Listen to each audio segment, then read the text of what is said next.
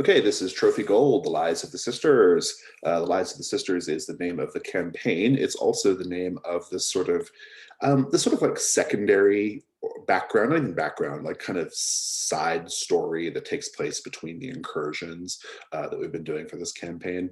Um, I'm going to do a quick recap of last time. I don't need to do housekeeping because there's no burdens implicated for this, so it's not as important what your like hunt roll tokens and stuff are to me, at least. Um, I will probably go over just a couple of like little things before we get started, though. First thing, in terms of recap, you completed the From the Belly of the Beast incursion last time, I believe. Is it From the Belly of the Beast? Yeah. And then we did a Hearthfire.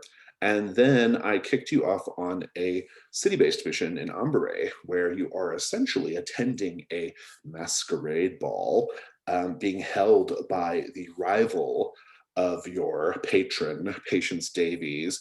Patience Davies wants you here because A, she thinks you'll stand out from the crowd, and more importantly, B, she wants you to gain the host of the party's trust. This is important to her. Why? Who knows? She just wants you to gain their trust. And so the main thing to sort of know, and this is maybe a theme as well of this little side quest or this side mission or whatever we're going to call it, is sort of lavishness. I'm very interested in exploring the kind of basic tension between your characters having to do all these really terrible, hard, dangerous things just to earn a bare minimum amount of money to like accomplish the things you want to accomplish, whereas you're kind of playing in the circles of these people, Patience and her rival Iotho, who are extremely wealthy, and they not only flaunt that wealth, it's to excess, right? Like it's an absurd amount of wealth. And so thematically, I kind of like this sort of extreme stratification of like circumstances. I think that's kind of interesting to play with. And to sort of demonstrate that, Iotho's manor, his mansion, is it's incredible. I mean, like their everyone's champagne glass has a small diamond in it, apparently. And if somebody wants to take that diamond, I'm open to it. There are just numerous servants and foods and drinks and fabulous art displays, a whole like mosaic of a rose representing the Rose District made out of like jewels. Iotho himself made an appearance at the end of the last session. He is being carried on a sort of lectica or a platform on the shoulders of these like sort of masked servants, and it's just a lot, right? And so this is kind of where we're at as far as that goes. You all got gussied up a little bit to go to the party, and we talked about that as well.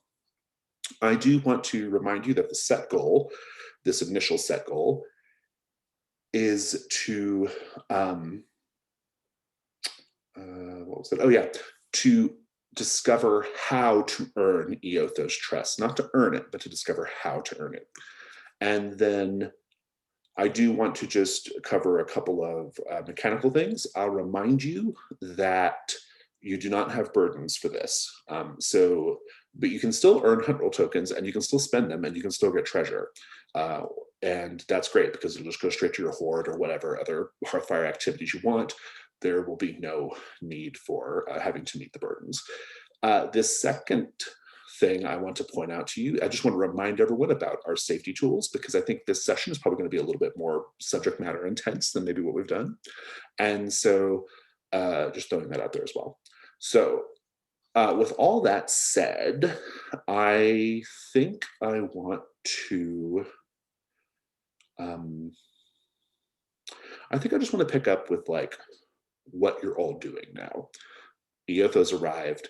He is being greeted by various partygoers and chatting and talking and things like that.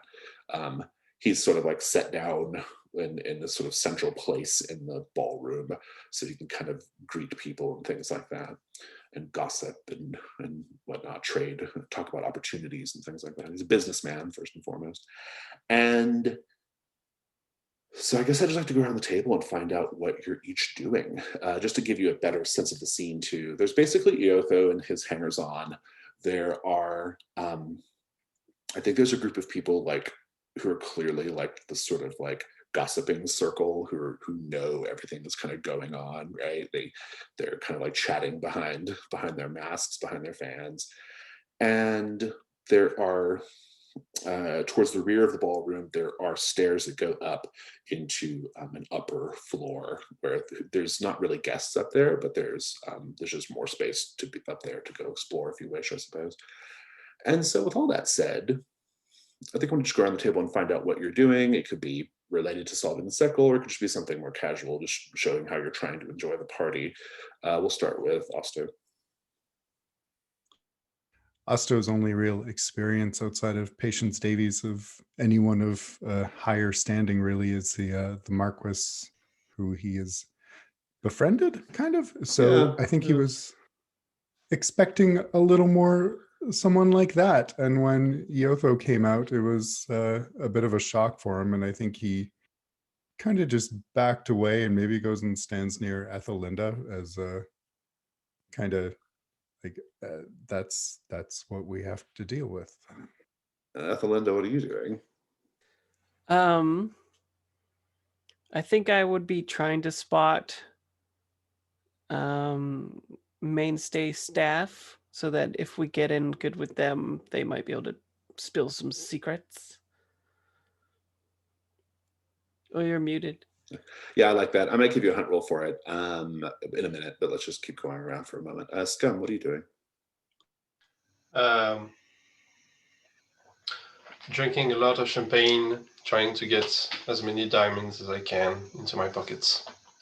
I think you're probably you could get one diamond. That's the glass is refilled repeatedly by the servants. That's still pretty good though. Like if you can pocket the diamond, it's worth 2 gold. So why not? Well, I think it's just he'd drink it, try to just hold it in his mouth, and when no one's looking, or when he thinks no one's looking, just good. Yeah, I like it.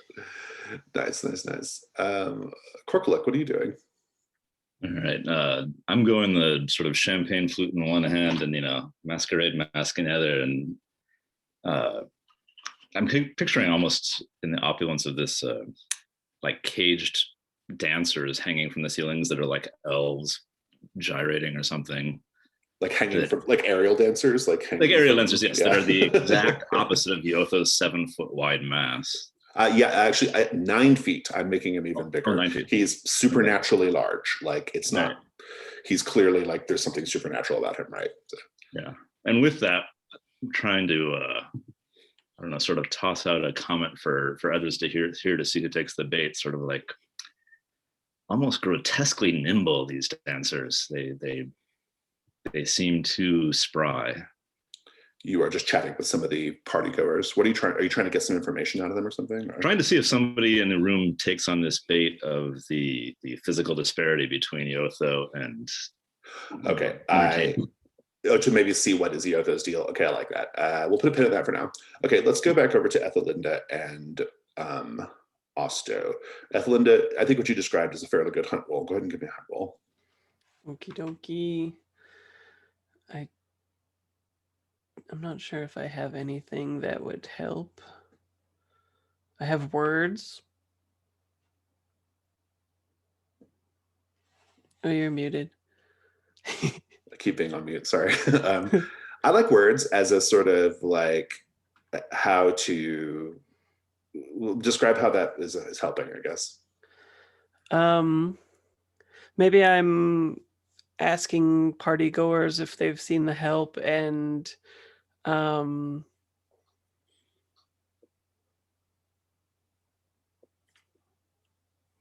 yeah, I think that's basically it.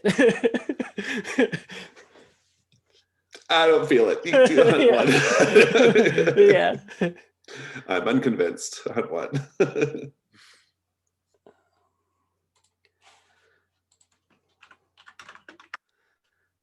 5. Not bad. Take a hunt roll token, and you'll discover something terrible as well. Yes. You will, before Osto gets there, and I'll frame up the scene after this, you actually do start to, you sort of notice that a couple of the footmen who are serving drinks and things, they keep going off to the side, and they're really anxious about something. You can see them like kind of like a little flustered, you know, they're definitely a little anxious, and they're a little distracted. And the rest of this thing is such a like pinpoint production that it just seems unlikely that these footmen would be so disheveled or distressed and distracted. But let's just have the scene with Osto. So Osto, you approach. Role play. We're supposed to gain the trust of that. And nobody knows these people better than the people that serve them. That's disheartening, but you're onto something. I'm sure they have secrets tucked away into folds only they could see. There must be a kitchen around here, or at the very least a station where all this is coming from. Might be a place to start. And I'll be like, I think what it looks like is I'll be specifically sort of putting my hand on shoulders of guests that are very preoccupied, so they can only give like short answers, and I'll be like, have you seen the kitchen? Have you seen, where are these footmen? My glass is empty, stuff like that, so they can only just like quickly reply, and then we move on to the next. I think finding the back of the house won't be too difficult. So if you want to do that, I'm open to that, and we'll talk about it in a minute. Let's go over to Korkaluk. You can take your hunt roll as well. If you can make your case for your second die, go ahead. Oh, I don't know. I feel like I can obfuscate my true motive. Obfuscation, perhaps? Yeah, tell me how is the obfuscation working here?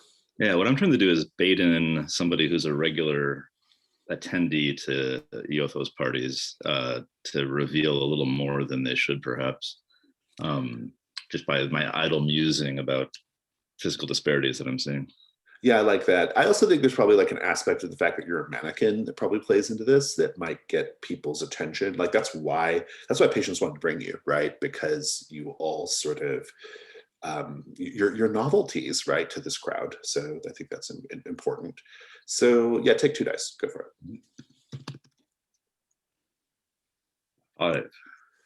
Take your token. I think you're chatting with a woman who is wearing an albino peacock mask, and her fan is also like the spray of like albino feathers, right? Or albino peacock feathers. And she says,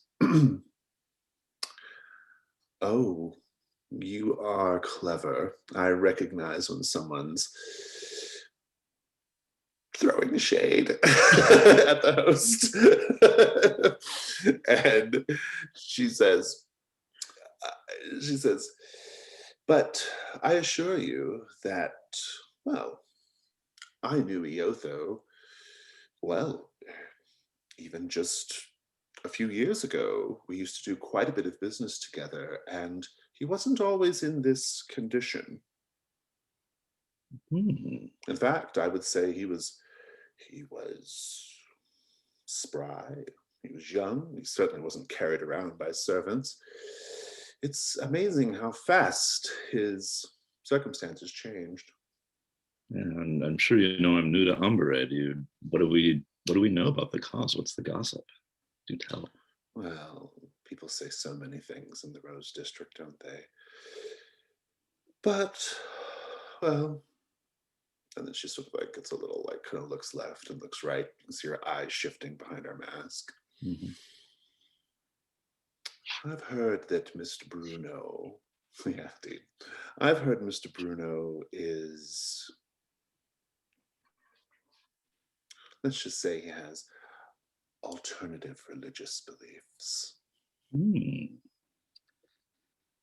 With my skill in myths, do I know anything about religious beliefs that involve just massive consumption of? No, this is something that this is something more. This is something darker and more immediate and Right. more demonic, probably. I'll give you that for free. All right. Cutting over to Scum. Scum, what are you up to?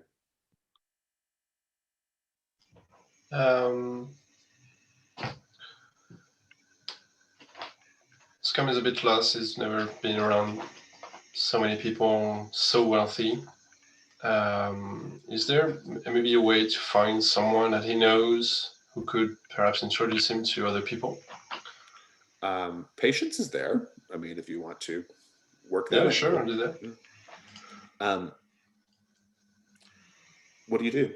You'll see her. She's like chatting with several people, but she's very interesting because she definitely keeps a distance. Maybe for obvious reasons. She doesn't like people to get super close to her, and so her kind of people sort of keep a perimeter around her, right? A little bit, like just a few feet, but enough to where people don't see bugs crawling around under her dress, right? So, well, I'm going to approach her and just stand beside her, just its own ways back. Both because I don't want to interrupt the conversation, because I don't want to be too close to the bugs, and just casually clear my throat so she knows I'm here and I'm waiting for her introduction. Good. She will eventually say, "Ah, have you all met my friend, Scum? He comes from across the sea. Scum, say hello to everyone." I like your little flourish. Hello, everyone. A pleasure to meet you. And one of the attendees is sort of who's wearing a kind of I think he's wearing like a gold mask that's like in the shape of like a nest of vipers all around his face, and like the gaps between the vipers are where his eyes and mouth are, and he's otherwise dressed in finery. He says, "Well, that is a certain you're certainly not the sort of person who usually attends these affairs. What do you do, Scum?" I'm a carpenter by trade. I Oh, make and a fine woodwork. And a tradesman as well. Well, you truly are a standout in this crowd, aren't you? Are you mocking me, sir? Of course not. My father was a tradesman. I don't mock you at all. Perhaps your children will someday reach loftier heights, as my father's children did. May I ask how they did so? Well, come with me. We shall talk. And he takes you kind of away from the crowd. We'll come back to that. So, at the Linda and Osto, finding the back of the house is not difficult. You can just follow a footman and you'll eventually get there. Once you get to the back of the house, I kind of mini paint the scene here. How do you immediately know you're in the back of the house? Like, how does it change?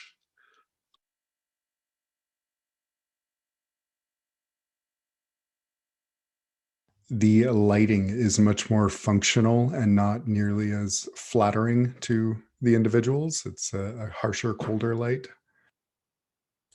Maybe there's on the walls or something like that, some of the gilding on the sides are meant for footmen to traverse, like so they know the path to get to a certain place is they just follow the particular color or gilding or whatever to get around. Nice. when you get there, I'll tell you that this is a new set goal, actually. Set goal is discover what happened to the missing chimney sweep.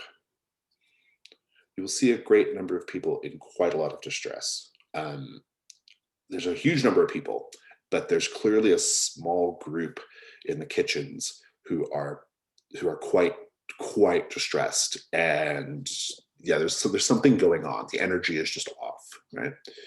Ethelinda, what do you do? I turn to Osto and say, perhaps there's an opportunity here. And I wonder, maybe there's some way to play off of Iotho? Like maybe he has some sort of, I'm thinking like the equivalent of an air marshal or whatever at his parties, like not bodyguards, but people that keep the peace at the parties, and we could pretend to be like those people. Oh yeah, there are certainly like people, all the people who are basically like all of Iotho's staff, including Iotho, they all have like bovine or ungulate themed masks. Okay, bulls, cows, rams. I think the guardsmen are all like ram. They have ram masks. You all don't have ram masks, but maybe you're like secret security. I don't know. Yeah, or maybe we could find the masks and then approach these people as the authority figures. Not a bad idea. I think if you go too much further in this area, people are going to ask you what you're doing there, right? Or at least be like nervous about your presence because you're guests. So yeah, what do you think, Osto?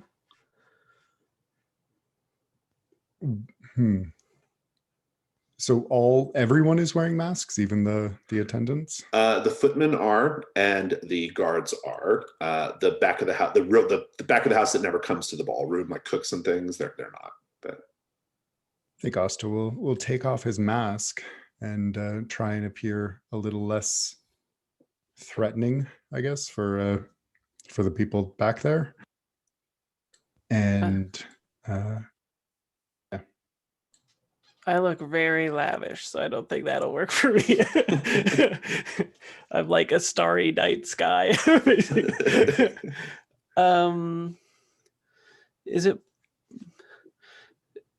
Could I perhaps try to find my way using the footman lines or whatever on the wall to try and find a quarters where they hang all these masks and stuff? oh like that? yeah, I'm into that. Yeah, use do a hunt roll. I think that's good. Yeah. Okay. Would attunement help me? Sure. Yeah. Okay. Need all the help I can get. Hunt 2. A 4. Got a token, please. Take your token. I'm going to split the two of you up.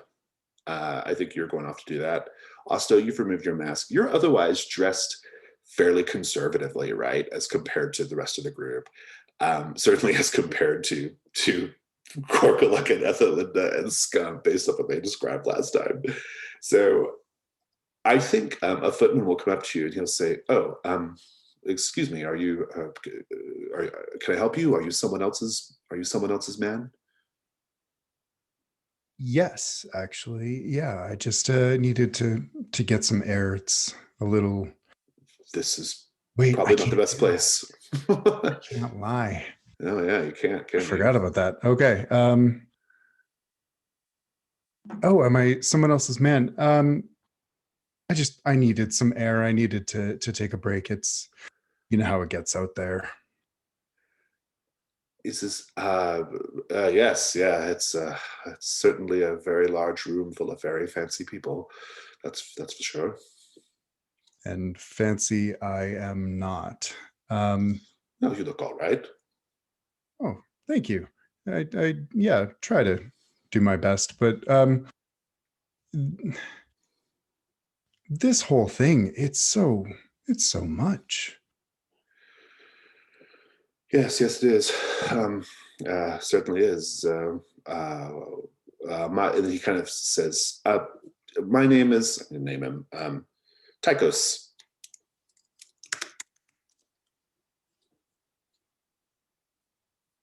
And he goes to shake your hand.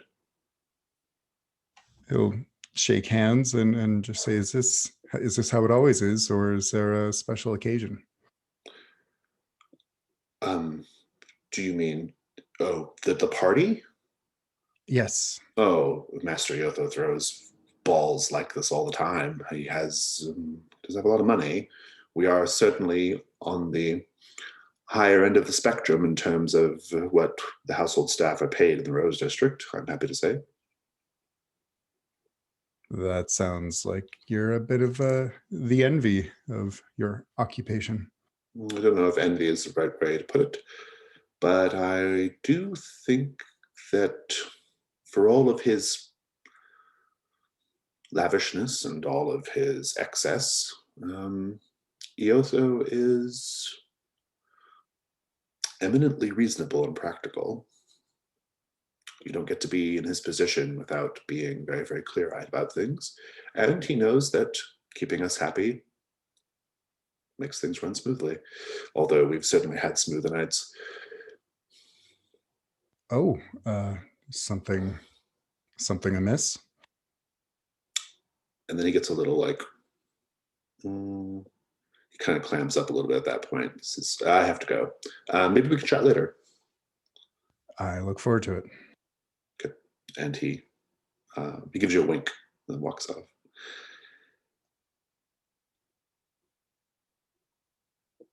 Asta will kind of wander around the spaces. It's kind of unobtrusively as he can, trying to see if something is some in he can use. Take a hunt roll. Then I'm going to cut to someone else, but go ahead and do the hunt roll. Don't think anything will help me. That's a 6. Nice. Take your token. We'll come back to that. And Ethel and I owe you something terrible. We'll come to that in a minute too. Let's go back over to Korkaluk. Korkaluk, you've learned something really interesting here. What do you do? Assuming I'm still in conversation with the albino peacock. Guest, yeah. Does she have a name yet or no? No, no one's. Right. You're not supposed to be like reveal your identity. Fair enough. People. Yes, Yeah. but her true nature is somehow maybe it is Duquesne come back. Yeah, she's the reincarnation of Duquesne. Her true nature revealed. Anyway, I want to press a bit on this. The scandal of a demon really here in Umbre. It seems so civilized. Wouldn't that be a thing that the sisters would clamp down upon? Oh, the sisters, my. Oh, we could talk about that. Listen, I don't want to give you a bad impression of people of the Rose District. I know you're not from here. We don't really have your type here. Certainly not as guests at a party like this. But let's just say that the sisters, the church, the religion, it's a salve. It's a hallucinogenic drug meant to keep people from rioting, basically. Successfully. I would And think. The sisters, well, I have my theories. If you wish to hear my theological ramblings, I'm happy to share them. I do love a good theological rambling, but I'm also curious about commerce. I would think that if Iotho's appetites change drastically, we might see a shift in the market and what comes and goes in the Rose District. Well, that's the funny thing. The funny thing is he's not known to take to excess in either food or drink.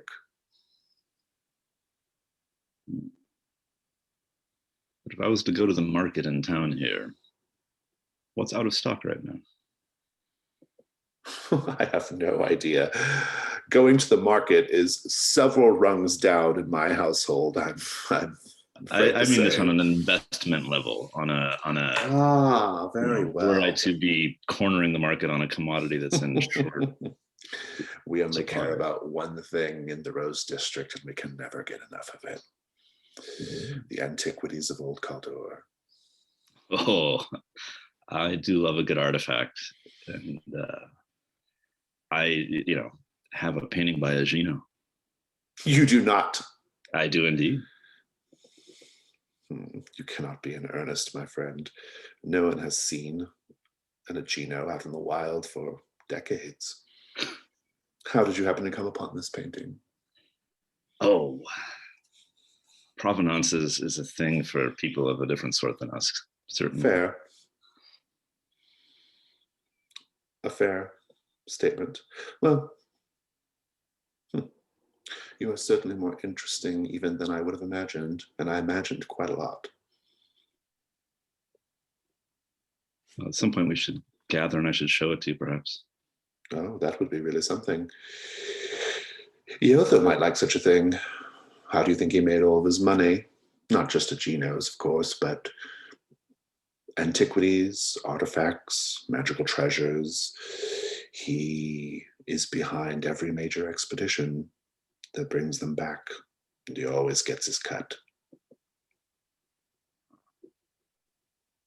What's his most recent expedition been? Well, the provenance of these things is not really for people like us, is it? And we'll cut over to Scum.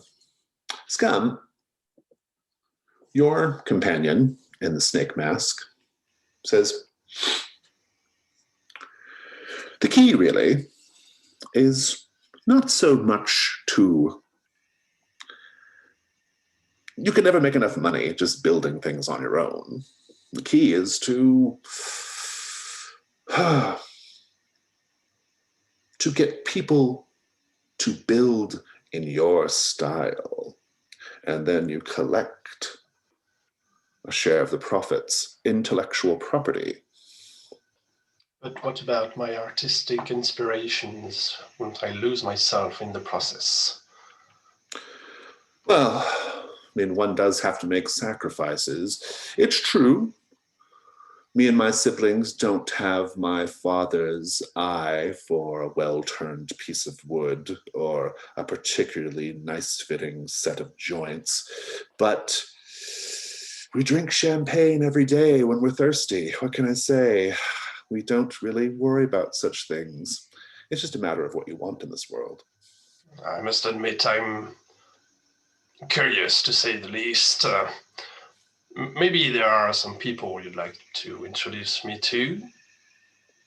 Perhaps. Well, yes. I'll give you my address. Come by in 3 days' time, and we'll chat. So kind of you, good sir. Thank you very much. And he will go and chat with someone else at this point. What do you do then? Pocket the piece of paper and just sort of go back to whatever, I guess. Trying to see where the others are and regroup. They're all a little missing. Well, you see Corkalick, but Corkalick's in pretty fast conversation with this woman in a white gown and albino peacock. I think someone just go upstairs and start exploring the manor just out of curiosity. Yeah, of course. We'll come back to that. Ethelinda,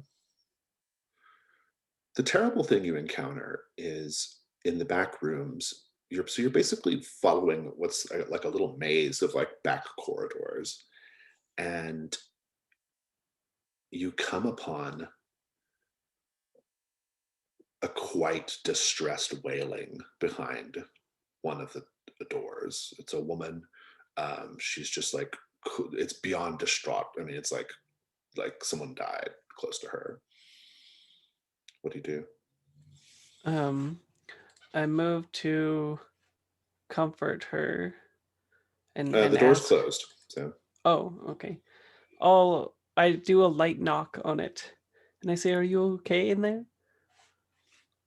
And she stops and she says, "Have has someone found has someone found Jimmy? Do we know where he's at? Do we know what's happened?" Um, I'm afraid I'm not sure who that is, but I'm sure people are looking if they've been told to. And she just, I hope the rumors aren't true. Rumors? And she says, "Are we going to talk on the other side of the door all night?" It's up to you. I'm just trying to give you your privacy. Imagine courtesies being extended to scullery maids. "Yes, come in, come in." And so I'll go in. She's there, younger woman, clearly a maid of some sort, a little dingy. Her smock's a little. It's neat and well kept, but a little. Or it's like the hems are intact, but she's a little dirty, like she's been in her labors. And the room has like 2 beds, and it's a very simple, plain little room. She just says, uh, "I'm so sorry. Are you a guest?" I am a guest and also more that I cannot speak about. Do you need something? I'm certain I could fetch a footman. Oh, well, I was just seeking my um, companion as well. It seems many people are being lost this night. Who have you lost?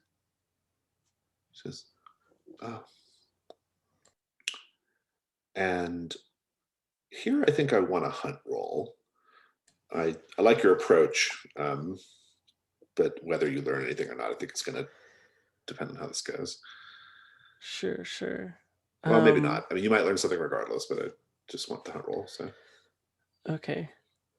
Can I offer her my mirror so she can tidy herself up I love it. Perfect. Yep. to butter up a bit? Hunt 2. Ooh, that's just a 3. She says, "Madam, I would never normally dare to speak so openly about my feelings about Master Iotho, but you seem a kind enough woman. You have to get out of this place. You have to leave this place. It is horror. There are secrets, dark things, and now my Jemmy has fallen prey to them. Go with all haste. Go." I imagine I would flee immediately. You do. You're like, "Okay." Yeah. Good. The door opens again, and she's a little confused, and it's just one hand darting out and grabbing my mirror and taking it. Very good. Very good. Asta, what do you do after you leave the company of Tychos? Just kind of wandering around the kitchen, staying out of the way, but looking for maybe there's anyone whispering frantically or You did a hunt roll already, right? I did, yes. Yeah.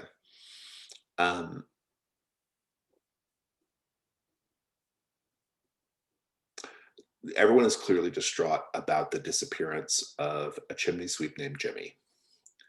And I'll type that for you.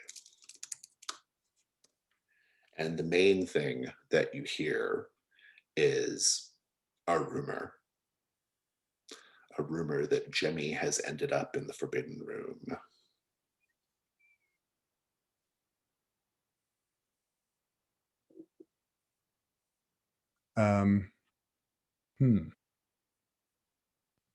I think he'll just kind of lean in when he hears mention of the Forbidden Room and say, "Excuse me, if someone else were looking for this room, although it's forbidden, or rather, someone were not looking for this room, where would I avoid?"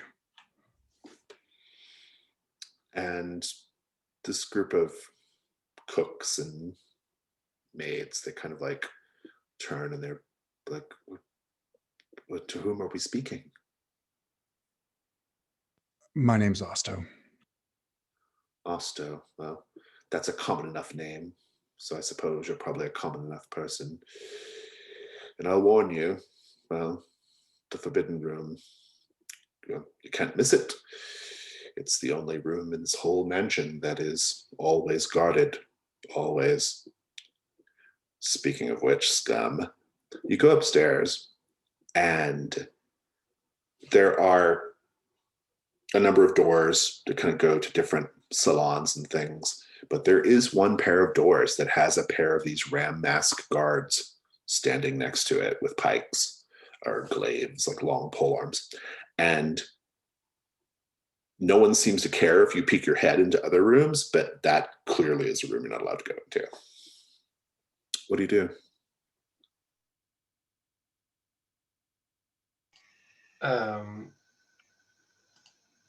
I wander through the rooms, trying to just see what wonders I can, what wonders catch my eye.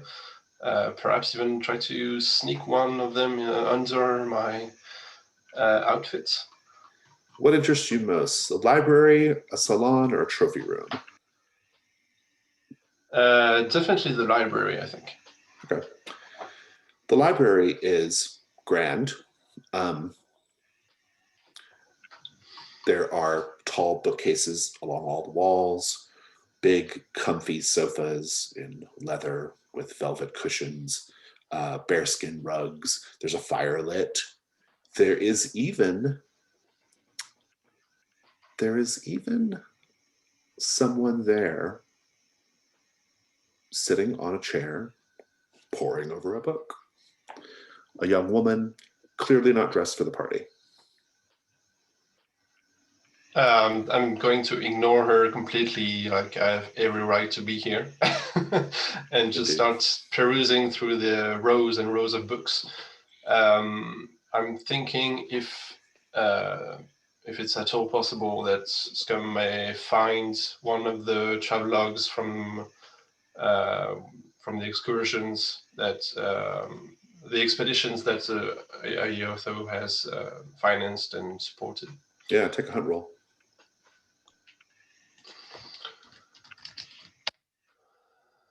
That's the one.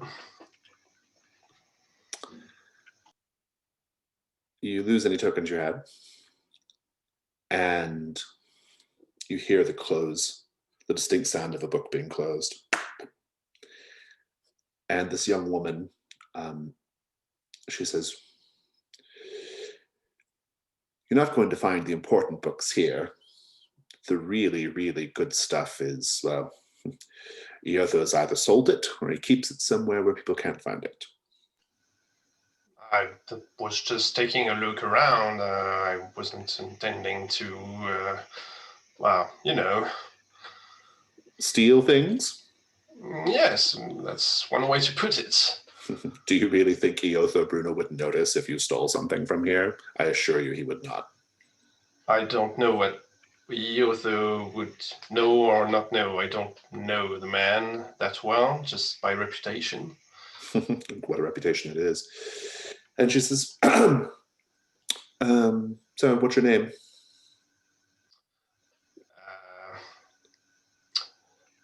My name is Tilam. Oh, what an interesting name. My name is Darceline.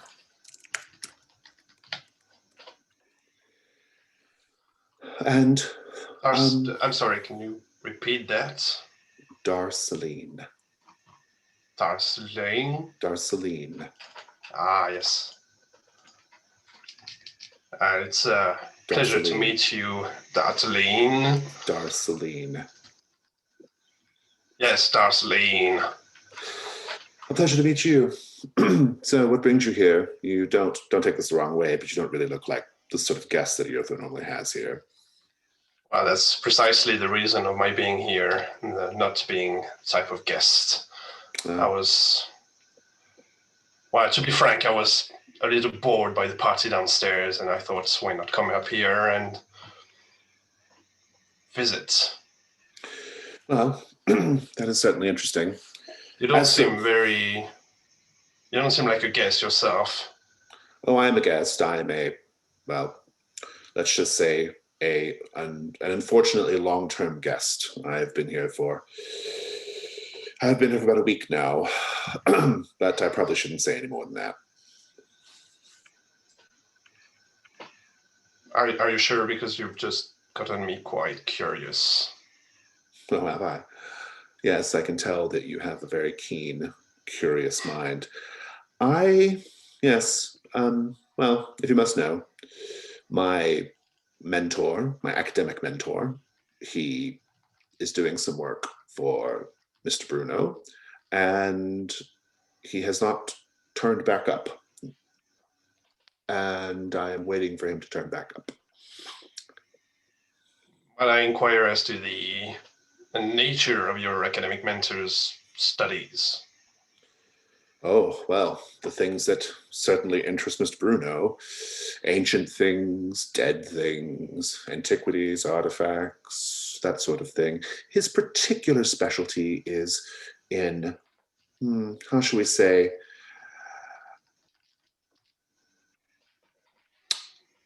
near extinct sea creatures?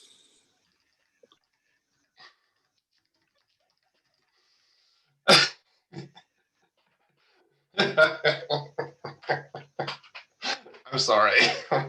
It's just funny that you would mention that, seeing as just a few months previous, I was inside the belly of a Belendrick here. Oh, are you? I was. That is probably a very interesting story. And I think Scum will be telling her the story. She's Of his listening and expedition. nodding along. and is trying to do a very good job of storytelling using all of his storytelling techniques that he uses for his children to really emphasize the ending with the eggs and the balance spawn. She's like, that's quite a tale, actually. Very, very interesting tale. Well, I'm very glad to have made your acquaintance, Dilam. Pleasure is mine, Darceline. Darceline. Yes, Darceline. She goes back to her book. Well, I won't trouble you further, but if you feel like exploring with me, I'm... No. People that go poking around this house usually end up quite dead, I've discovered. No, I'm sorry, what do you mean by that? I just mean that Mr. Brugno has lots of things in this house that are not meant to be tampered with, but he doesn't make any effort at all to make it obvious to people that they shouldn't be tampered with. You're probably not going to survive the night, if I had to guess. I could stay here with you and keep you company if you'd like to. That might be the safer route. Yeah.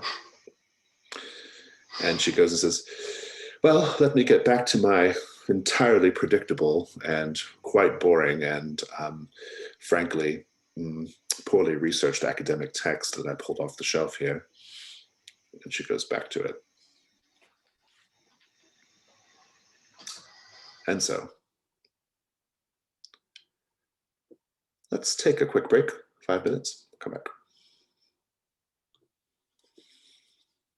I think I want to go around the table and just find out what everyone's interested in doing at this point.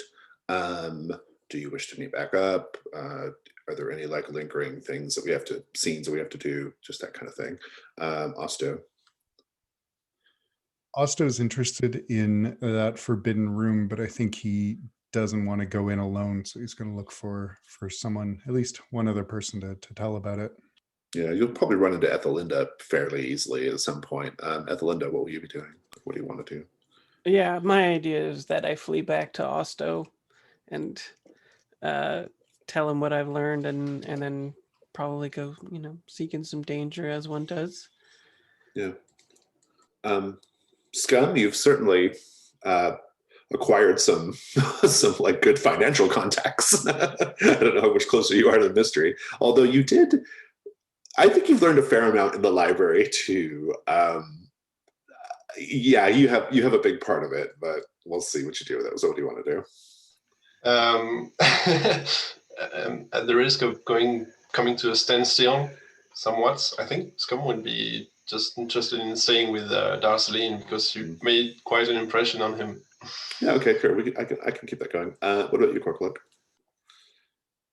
My thought was to meet up soon, but I do want to kind of see if I can get just a little more from my white peacock friend, in the sense of looking around the room, mask in place, sort of the like gazing about, and I'm looking for anyone who might be like the head of expedition, somebody who's dressed well, but they've got like a scar on their face or a limp, or they somehow look a little like the top tier servant to Iotho. Yeah, like a right hand man kind of thing. Yes, like yes. a business sort of. Yes, and then I'll kind of, if I don't spot one, verbally pluck at my white peacock friend. Indeed.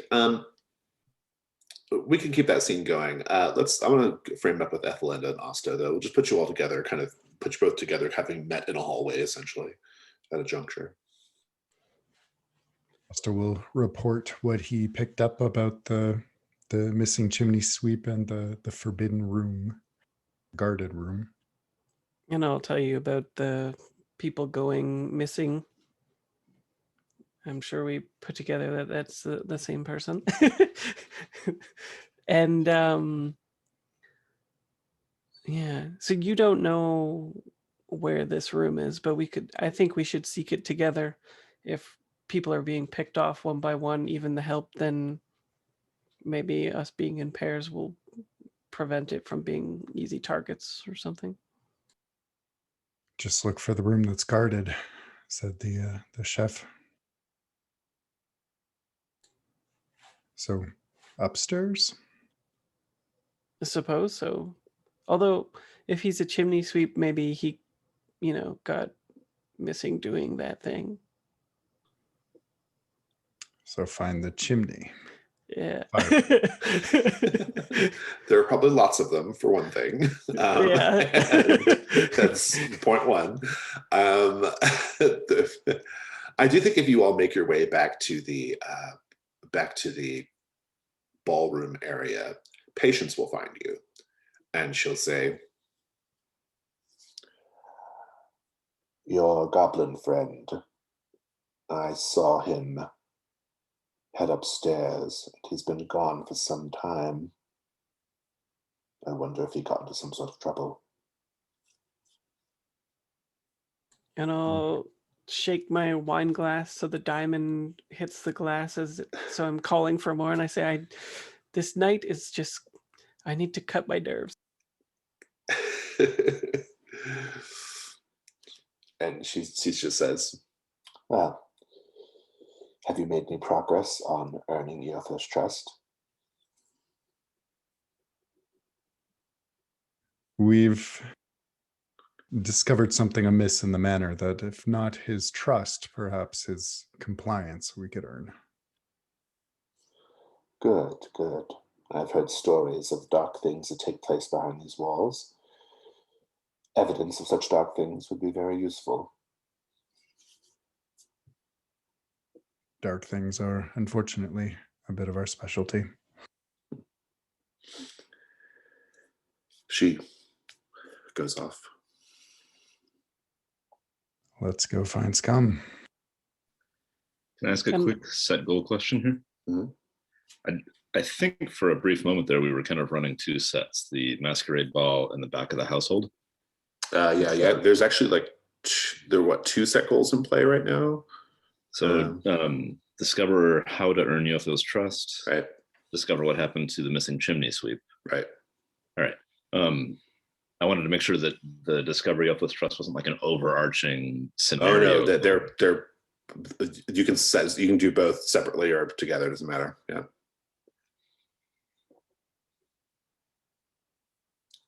So we'll head upstairs, and I think as they go, Oster will have his mask back on, but he'll just kind of scope out for where Korkuluk is and make sure Korkuluk's still.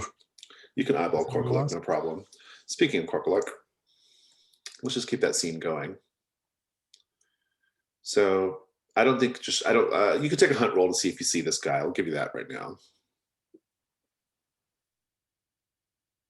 Or someone fitting the description at least. Yeah, just looking at my skills, I don't know. Mimicry at best. Yeah. A 6. Nice, take your token. But I don't think anyone like that is standing out. Yeah, it's not really their scene, I don't think. But she'll say, your eyes keep darting around the room, or what passes for eyes behind that mask, I suppose. What do you have your eye on? What are you looking for? Who are you looking for? Oh, I am just so fascinated by the search for artifacts, the what we can find in your discussion of these expeditions of Iotho. I just dying to know more about the expeditions, and I thought there might be someone here who knows about these, someone who's his expedition leader, if you will, aide de camp, Lanzia Spezzata, somebody who steps in and guides these expeditions that I might, confer with them. Well, it's very interesting you should say such a thing, because in fact, I've heard that Iotho's man has been missing for about a week.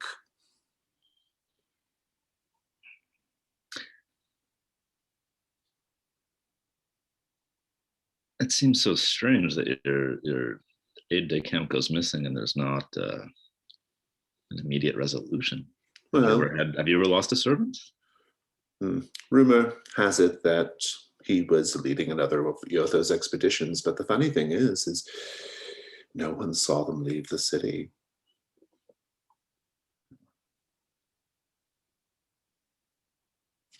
Is this the first disappearance?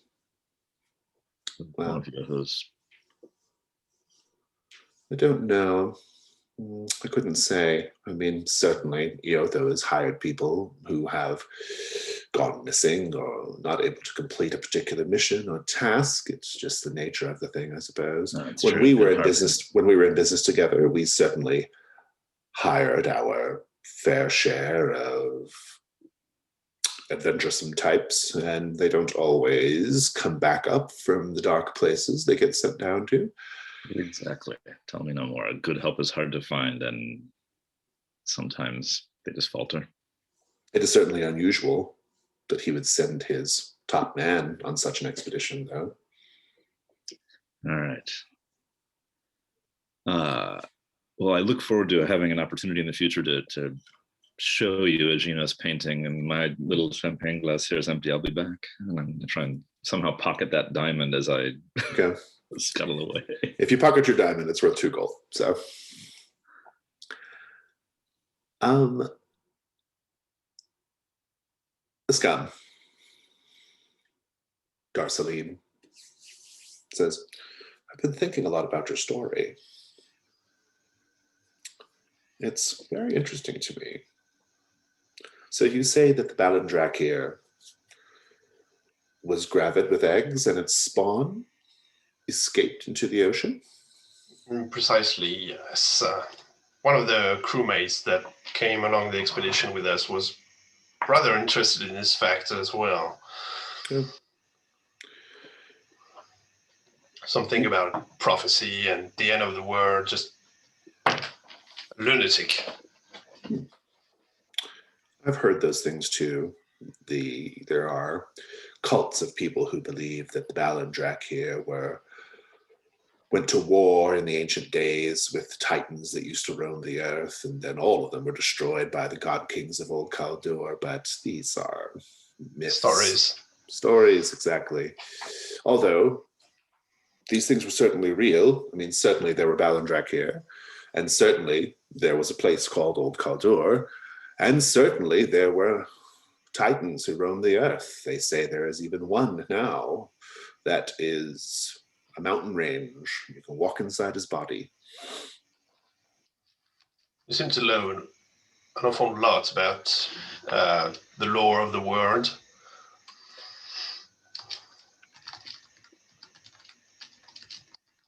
Say that again. The lore, the history. Are you just asking her for more or what? Just making a statement because I'm taking notes at the same time. Okay. Sorry. I just wasn't sure if I was responding to something or not. I was like, wait, what? Yeah, no, but I think I just continue the conversation and it's on the note that when Scum would finally realize that maybe he needs to do what patients asked of them. So he'd be taking his leave and just bow real low. Darceline, it's been a pleasure to meet you. I'm sorry if my pronunciation of your name seemed a bit strange to you. Your very name actually struck me as odd in a way. You see, in Goblin speech, Dar means ember and Celine means beautiful. Therefore, your name literally translates as fair waning of the flame in my tongue. So that's what got me surprised. Oh, how poetic. And she says, and goes back to her book. You'll run into Ethelinda and Osto out in this sort of thoroughfare upstairs. So. Well, you're not dead. That's better than what we were fearing. People tend to go missing here, Scum. We should stick together. So I've heard. Just this young woman in the library told me about her mentor who went missing like a week ago. So I was just on my way to find you guys. We've heard of a guarded room that may have some links to this. Oh, yes, I've seen it. Actually, it's just down this corridor this way. How guarded? There are two men in front of the doors. Like, you know, the ones with the ram masks? I haven't actually investigated the matter further, to tell you the truth. I was a bit preoccupied.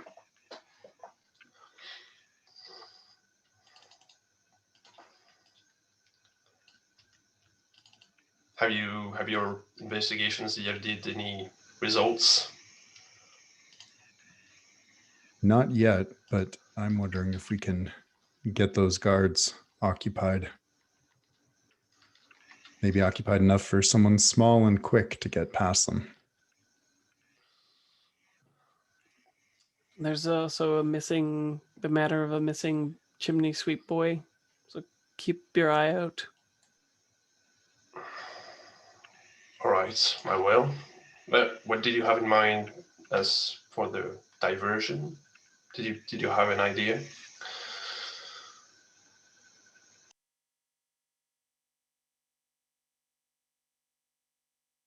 Well, Osto's pretty good at destruction. That could be distracting.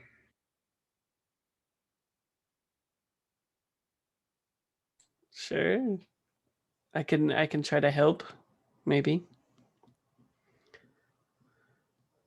Cause a commotion and see if they come over and investigate or something. Yeah. Is Gorkaruk with us, or are you still downstairs? No, you're still downstairs. Is there anything in the hall, perhaps like an end table with nice pottery or? Of course. Yeah. Maybe this will be a good start. And Osto just kind of reaches out casually and drops one of them off the edge. We'll come back to that.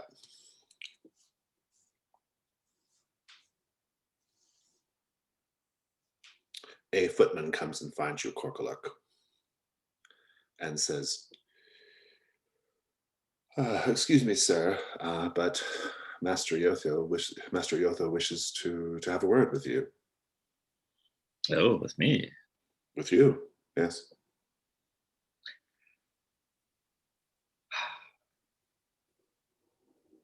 First move is to look around for Patience Davies. Patience is not around, actually. Ballroom. Interesting. And then second move is to look around for everyone else, for Osta, Scum, Ethelinda. Not around. We have not yet heard the crash of Vaz.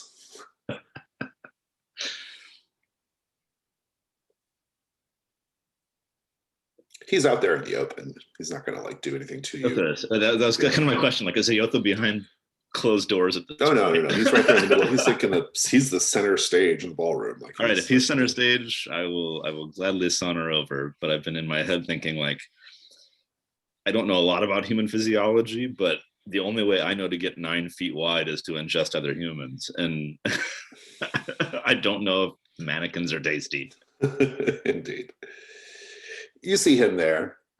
He is sitting on his platform. He has a couple of kind of very attractive, like little hangers-on who are kind of orbiting around him. His phalanx of sort of litter bearers with their bull masks are behind him, kind of standing in ranks. And he says, and he has like a little half, like, mask that has like kind of the shape of like a cow face. And he says,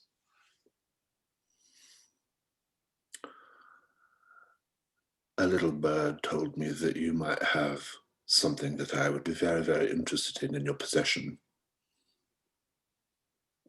And by little bird, I mean her. And he looks at the woman wearing the peacock mask. Peacocks are rather little birds. That's how it goes. Yes, clearly. Gossips do speak quickly around here, don't they? Nothing escapes my notice. I'm happy to report. So you're a collector also, Iotho? You could say that. I have a fair few Genos in my collection. I've heard about your expeditions. What's your latest success? I'm so curious. I'm an antiquarian myself. He says, tell me first about your painting. Where did you get it? Oh, it's been so long, I barely recall. Sorry, the old ticker isn't what it once was. How fascinating. You have managed to get your hands on a priceless work of art from the ancient world, and you can barely spare a thought for how you acquired it. And value is a relative thing, and I seek other things. Perhaps in your expeditions, you've encountered some work by a ceramics artist named Mashiko. He sort of leans back and considers what you're saying and says, yes, the work of Mashiko is known to me. What of it? I'm curious about her descendants and their oeuvre, what have they created? Very interested in acquiring some pieces by some of her descendants. There we are. You want to know if I know where you can get your hands on such things? Mm-hmm. Yes.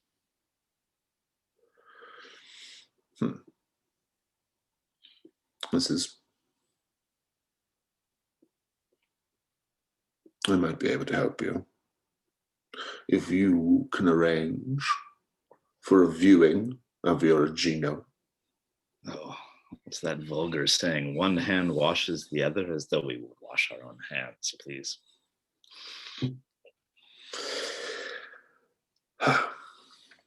I would very much like to see it. I would be glad to arrange that. It would take a few days, of course. Of course. Now, tell me what you might know about Old Ombre.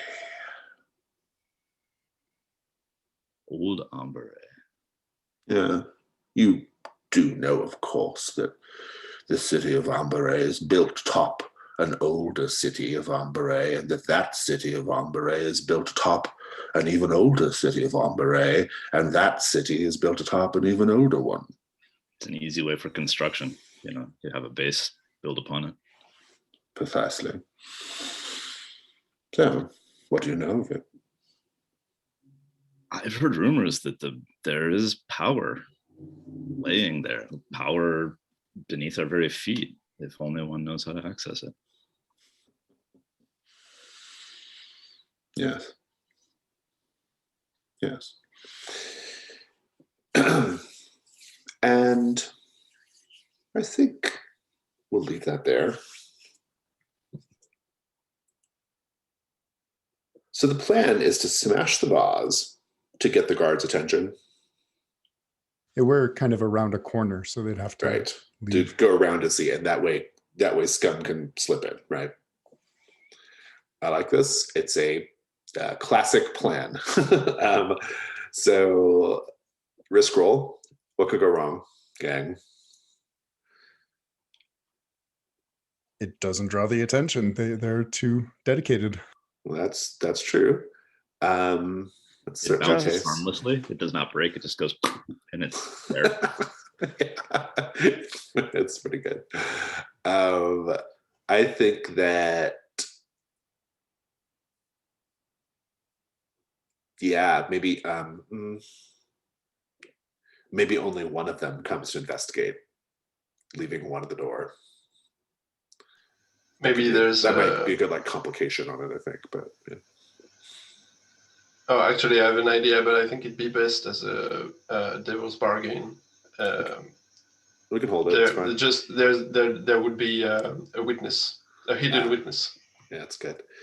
You get your dice for destruction, your first light die. Let's go straight to devil's bargains. So, what do we think of devil's bargains? I like the witness angle personally. No matter what happens, somehow Iotho is aware of what's happening. Oh, interesting. Right now, Asta's bound to tell the truth. And so, to me, the devil's bargain is simply the guard is like, what happened? And take it from there. That's pretty good. Yeah, I like that. Those are fun options. What do you think, Asta? I think I'll go with the guard will ask questions. Yeah, that's good. No matter what, you're getting questioned. Love that. And I don't think it's up to dark die level yet. So go ahead and roll your 2 light. And then if Ethelinda wants to work out a way to help, then I'm open to that as well. But let's have that roll first. That's a fail. Ethelinda, you want to do the help now, or? Yeah, I'll try to help. I'll drop my wine glass as well. Having it shatter. Just lots of shattering sounds. Roll weak die, or roll /weak.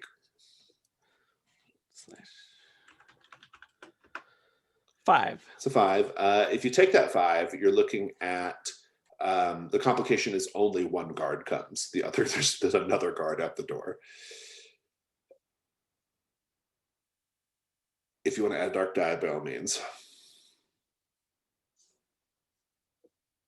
I think I have to try with that dark die. Go for it.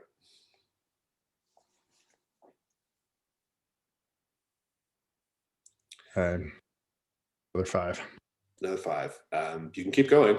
You got more space. Go again. Do it. Fine.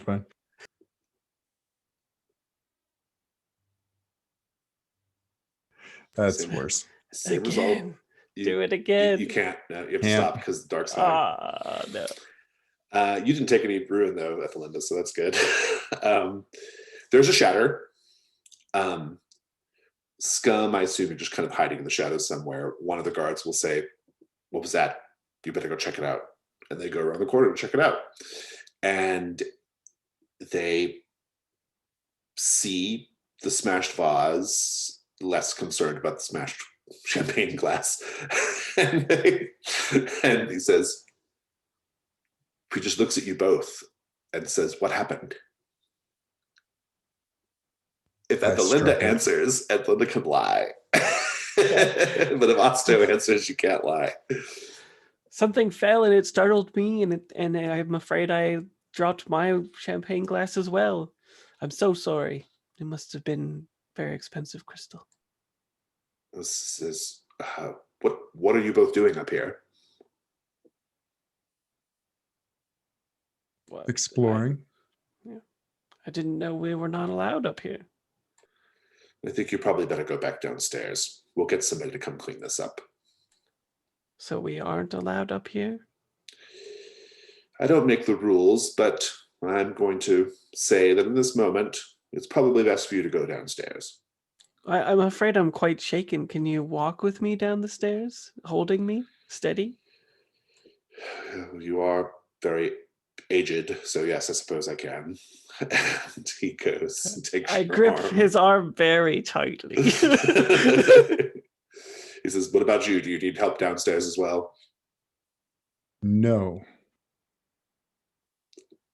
Scum, what are you doing right now? I think Scum is still trying to go for it. And when he comes to the second guard, while the others have their talk, I think he's going to try to convince that guard that there's an old lady over there and she's just fainted or something. He will, I'm not going to make you roll. He will look around the corner long enough for you to make a move. What do you do? I just slip behind his legs, or just even between, I don't know. And just push the door open if I can, and slip my way inside. I'll take it as a risk roll. What could go wrong, folks? The guard notices something between his legs. Yeah, I think the obvious answer is you just don't get away with it, right? But which would be not great. Dice. What about your first? Oh, go ahead. And this is never it's devil's bargain. I'll wait. Okay. Skills or equipment or the environment, maybe. You're kind of using the environment as a ruse. Do we actually have our equipment? Because I don't think. Oh yeah, that's a good point. I was actually going to talk about this at the beginning, and I forgot to. I was going to say that you all have at least your weapons and armor, and like 2 other objects you might have been able to keep on your person, right? So maybe choose those 2 things now, and if one of them would be helpful, by all means.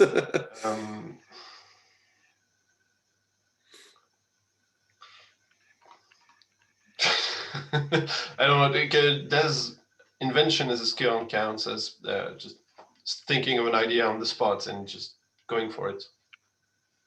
Or is it more practical? Scum's general size and agility. Yeah, I'll give you the die for like just the fact that the way you talked about like getting him to look around the corner. It's kind of like using the environment because you're getting him to react to the noise and what happened. Take your light die there. Let's go to Devil's Bargains. So I was actually looking at your devices for Devil's Bargains. And if we're here as oddities, you may have your mechanical wings on. If you brought those beans with you, I'm picturing you leaving a trail of beans is the Devil's Bargain. Like when they come back, there are beans going through that door. And if you don't have the beans, I need to come up with a different one. I chose the beans and the wings, actually.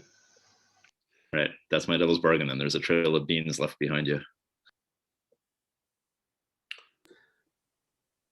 Maybe some sort of silent alarm goes off as well when the doors open.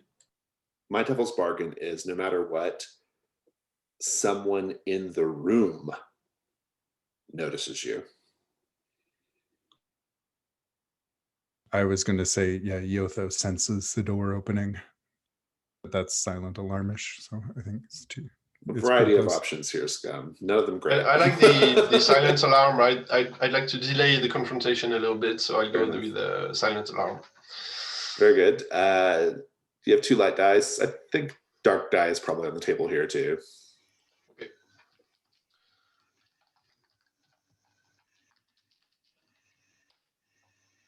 Okay. 6 light. Nice. Very good. Full success. You can narrate it if you want. Just what I said, just basically slides / walk under the legs of the guard and push the door open and just zip zap and he's just gone. Let me tell you what you see at a glance. At a glance, it's a room that is quite empty, or at least sparsely decorated. There are a few candles lit in sconces along the walls, and beneath your feet, there's a very quite plush velvet rug. And there is a circular arrangement of wingback chairs in a big circle.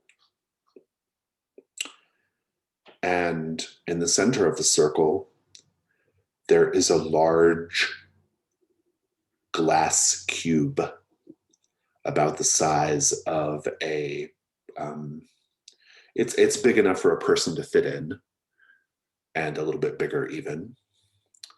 It's somehow illuminated. You can see perfectly inside of it, but it's unclear where the illumination comes from. And you see a person, unclear details are unclear at this point, but you see a person laying on the ground in the glass cube. Let's cut back to Korkuluk and Iotho. So, have you agreed to show him the Agino? Oh, a few days hence, yes, of course. I would love to hear more of your stories of Old Amberea. My interest in myth and antiques. I don't want to brag, but I have managed to find an entrance to Old Amberea. They're not easy to find. Beneath the grounds of your estate or elsewhere in the city? Yeah, nearby in the city. I recently sent an expeditionary force down there to see what they could find, but they have yet to return. Ooh, that is enticing. Do you feel they've met their fates and it's time to send another expeditionary force, or is there hope they might yet return? He says, I don't know. I promised them that I would go looking for them if they didn't turn back up, but I have yet to assemble a team. We make a lot of promises to our underlings, don't we? I don't consider them underlings, to be perfectly fair. Mm-hmm. They, like me, are capitalists, and I respect that.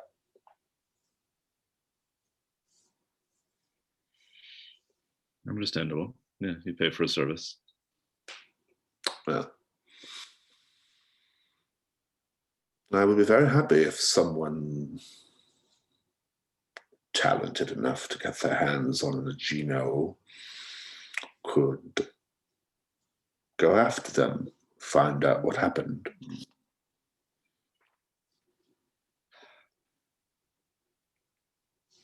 I feel like to do such a thing, you're asking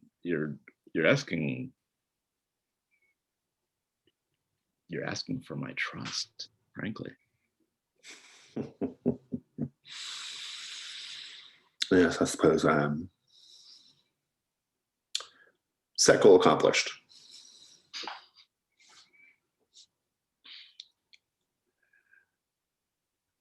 Cut back to Ethelinda and Osto. You are escorted back downstairs. What do you do then?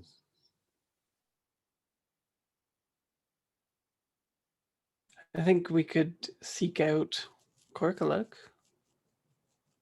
regroup, tell him. Report. Yeah. I've lost Scum. I assume this is outside of Iotho's hearing. If not, Yes. Asta will just keep his mouth shut. Yeah. Korkaluk, you can peel away and meet up with them, no problem.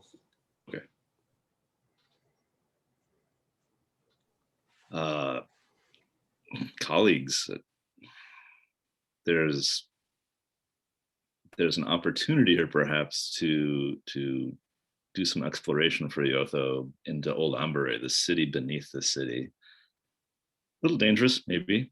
Last expedition's not back yet, but I think that he now trusts us, or trusts me at least.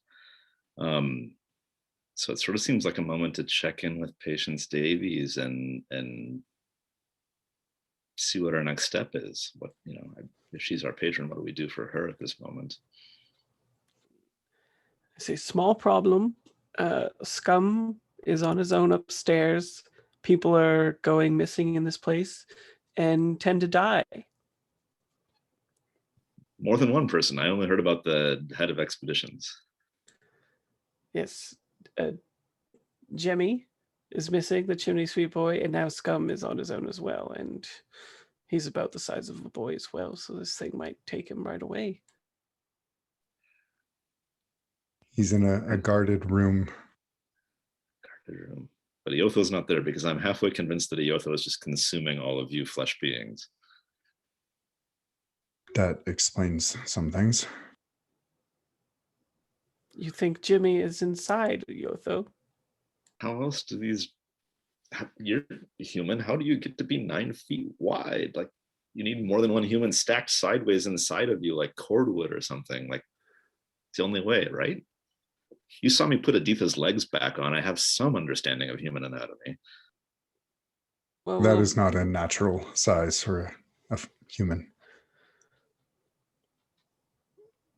Yeah, I think he's doing a little bit more than eating, but what do you suggest we do about Scum? Should we try to find an alternate route up to him, or I'm going to cut back over to Scum at this point. Set goal. Learn how to disable the null cube.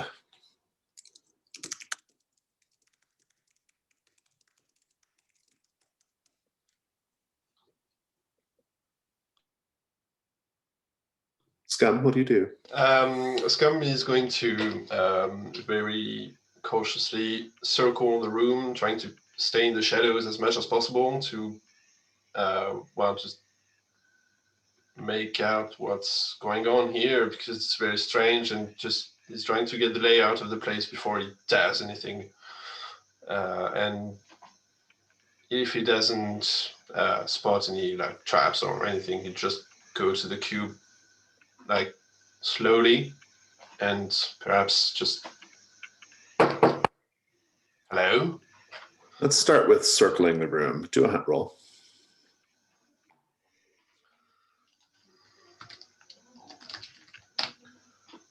Six. Take your hunt roll token. I think as you're circling the room, just watching and seeing what's going on or kind of assessing the situation, the young man inside the cube will look up, and his face and clothing is covered with soot. He's probably Jimmy, the chimney sweep, thereby satisfying set goal. And he will say, please, you've got to get me out of here. Please, I don't know what's going on. I don't even know how I got in here. Are you trapped here, young boy? What's your name? I'm Jimmy. I'm a chimney sweep. I work for. I've worked here since I was little. All right, hang on. I'll try to find something to break you free. So what do you do? I don't suppose there's like a large hammer in the room just sitting there conveniently. So The chair, I mean, one of the chairs might be the only thing. But yeah, maybe just try to grab a chair and bash it on the cube to see if that has any effect. Yeah, you are certainly you probably are not big enough to get a good heave on the chair to like throw it, but if you want to just like kind of push it or ram it up against there, I think that's fine. You slam up against the glass of the cube, and it is it doesn't budge. I mean, nothing happens. The leg of the chair snaps a little bit. Do you have you have like carpentry and construction type skills, right? I do. You will notice that the cube is structurally fascinating because it's unclear how it's all joined together. It's also unclear how the space is so brightly lit. Do I have an idea of the material composing the cube? How do you investigate it? I think by running my hands over it, trying to feel the grain of the glass, like I would if I were carving wood.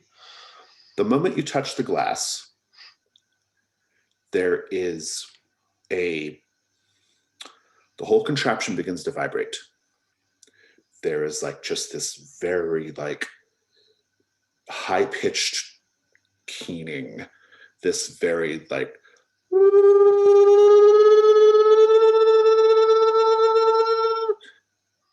Jemmy is lifted into the air and his arms and legs are spread out and his face is just like pulled wide open. Every bit of his body is pulled to extremis, and he quite rapidly begins disassembling. His skin flies off of his frame. His muscle ligature flies off and splatters on the walls. His guts go spraying everywhere. The bones shatter into 1,000 pieces. It's a abattoir. And then the bone and bloods just disappear. And it's a perfectly bright, clean, empty cube. By the gods, what devil is this? Let's take a 3-minute break and we'll come back and continue. So back down in the ballroom, sounds like you're all going to go find scum or something. Was that what's going on? I think so. We could spend tokens too, as Brian was saying in the chat. What was the newest set goal though? It's just for that room, and it's learn how to disable the null cube. Yeah, now it seems kind of pointless unless someone else goes in it. Well, there's also that point of if we're collectively sitting on 6 hunt roll tokens, do we want to cash those in for gold before we risk losing them on throwing ones in a hunt roll? Yeah. I have 2, so maybe I'll spend 1 at least. So if I do another, I don't lose it. Yeah, but I can still help. You can spend 1 right now if you want. Sure. You will find a small gold cow figurine, just kind of sitting on a table, easily pocketed, worth 1 gold.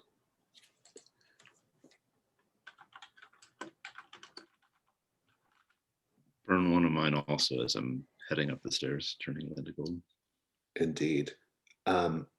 Someone has dropped their champagne glass diamond. You luck out, yours is worth 2 gold. But ooh, thank you.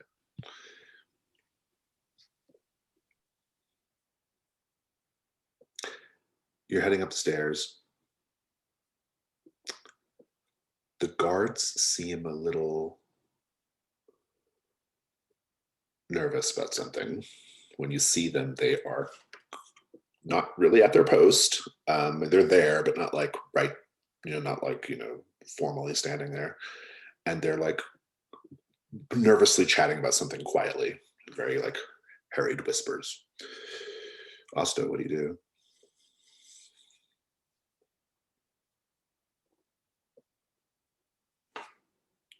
You're muted, or I can't hear you. Sorry. he'll just kind of he'll walk around the corner and he'll say, "Excuse me, we've lost our little friend."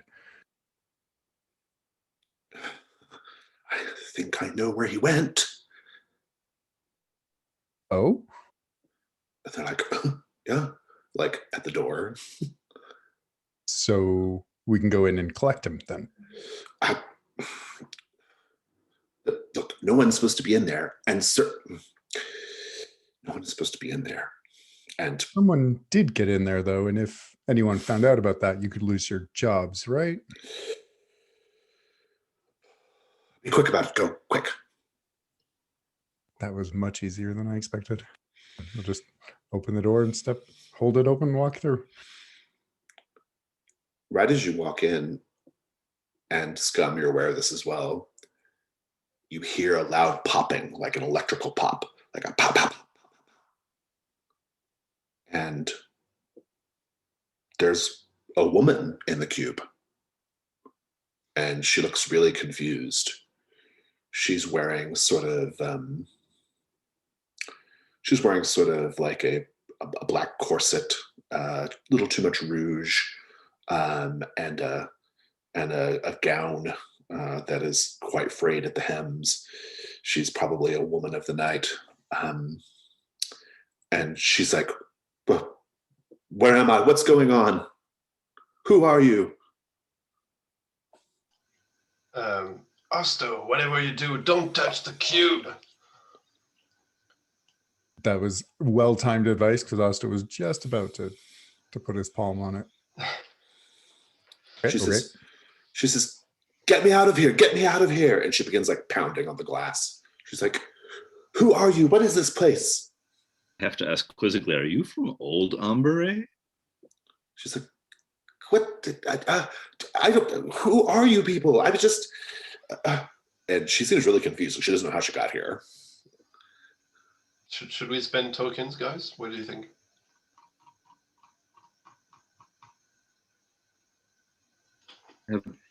I know you did a little bit of looking around the room, having heard electrical popping noises.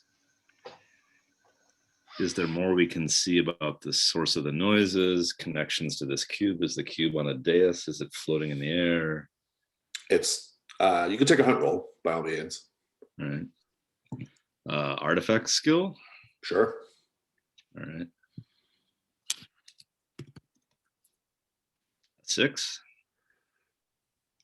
This, you will know that, especially with your connection to myths as well, you will know that this is an artifact of Old Kaldor.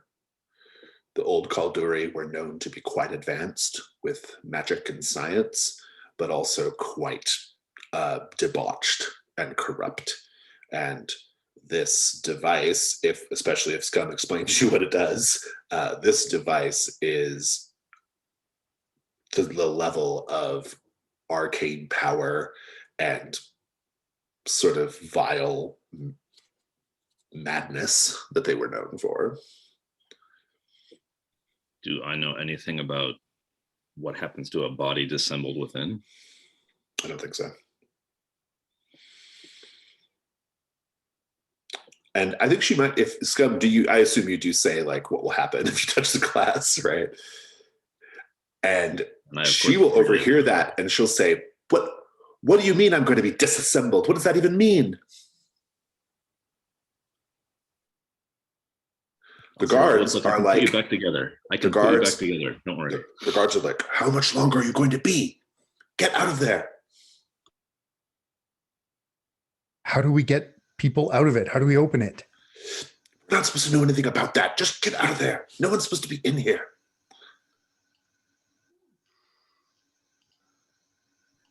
I'll turn to the guards and say, hey, do you know that your sort of expedition leader's missing lately?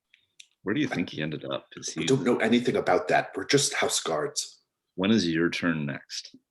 Give us a moment. We're going to try and solve this for everyone. And they just, you have 5 minutes. What are you doing, Ethelinda? Yeah, what do I have? Prophecy. Could I attune to it to figure out? Oh, yeah. Yeah. Absolutely. Sounds a little dangerous, but I'm down for it. It's a hunt roll. Let's see. Is there anything in this room that I could use that omen thing on to cash it in? Oh, what was the omen? It's a star pattern, and I called it Copernicus Rising. You just have to work it into your narration and you get it. So, yeah. Is it perhaps it's like the omen is carved into the could it be on the ceiling? Sure. Like as part of the molding or something? I like that. That would be cool. And then I get a bonus die? Yeah, you get if I'm not even sure the die roller can do a hunt 3, but it's a hunt 3 if it can. Let's see. It can. Yeah, it did it. Take your token. The something terrible is just going to be the learning of it. You attune with the device, and I think it probably takes you to some really dark places. Your feeling is not a good one. But the only way to disable it is to destroy it. And the only way to destroy it is to use the magic of Old Kaldor. I assume you don't have any of that laying around. I don't think I got that on me. Well, how do you know that though? Like when you do the attunement, how do you know? Maybe it's like is this the same thing as when that creature, the boat, wanted to be satiated with things about us, saying about how we would destroy the old fort? Is that the same thing? Yeah, it's a similar idea. Yeah, I mean, it's in the sense that the cube has a personality. Yeah, I think that's fair.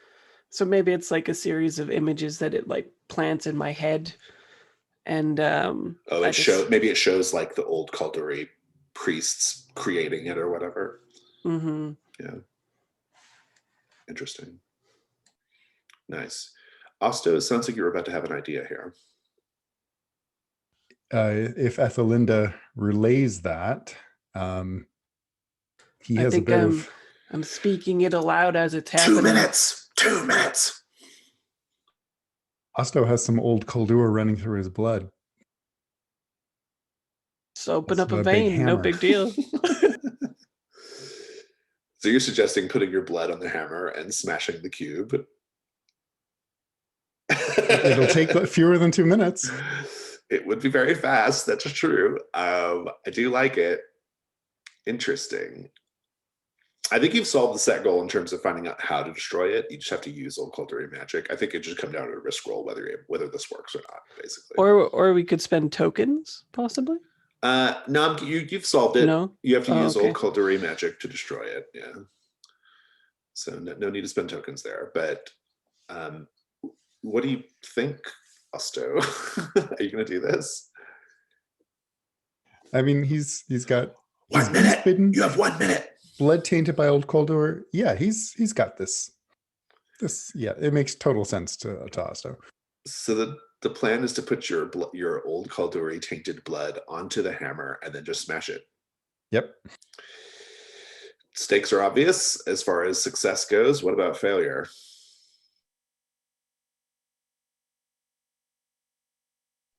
I'll just say it. You swap places with the woman of the night trapped in the cube. Yeah, that's what I was going to say.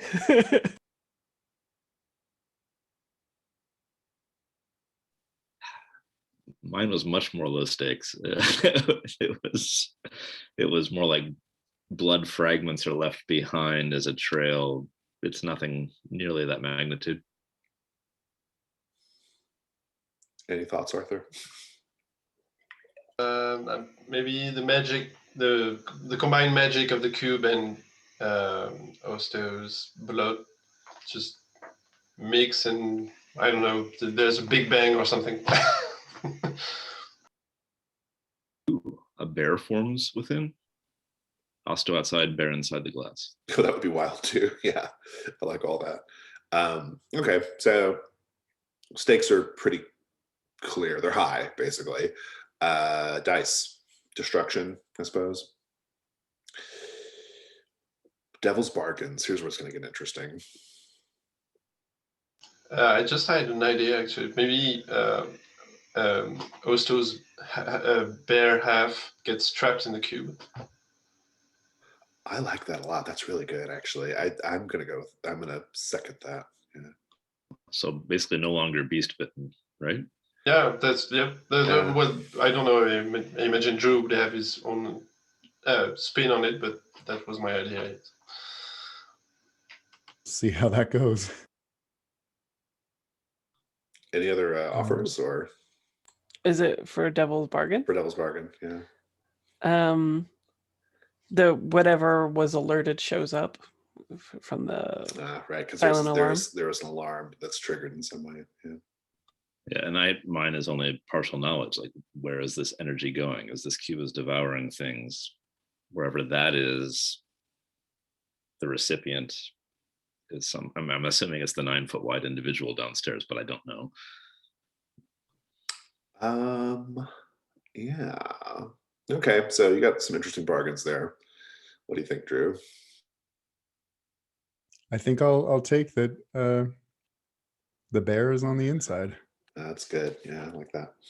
And I think I'll also use my omen die. How does your omen play into it? Well, he had the omen of himself being consumed by his bear, and this would be a bit of an inversion of that. I think so. So maybe, yeah. Yeah, it's pretty The good. reflection of the glass, he sees the bear as he's preparing. 3 light, and I think a dark is fair as well. Risk 3-1. Hey, there you go. Light. Paid off. 6 light. Full success. Describe it. Take a minute if you need to.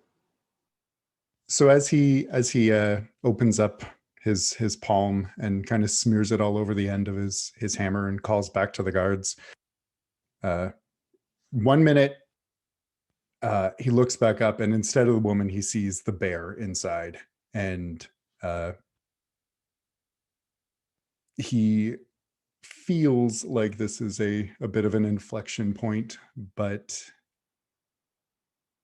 he's committed, and he's just double checks that the blood's all over it, kind of makes a soft little prayer to Sister, I think it was like Agita, and then just like pulls the hammer back and smashes.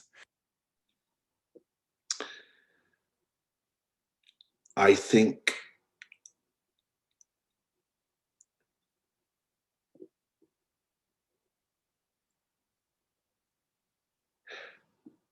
as you go to smash the hammer, as the hammer makes contact with the glass, it hits, and we start to see spider web of shattered glass spreading throughout the cube. The woman disappears. A large grizzly bear is there in its place. And the glass is cracking. It shatters, and the glass hits the bear here and there, draws its blood. The bear is confused and enraged and lunging for you all. Are you combating it, or are you running?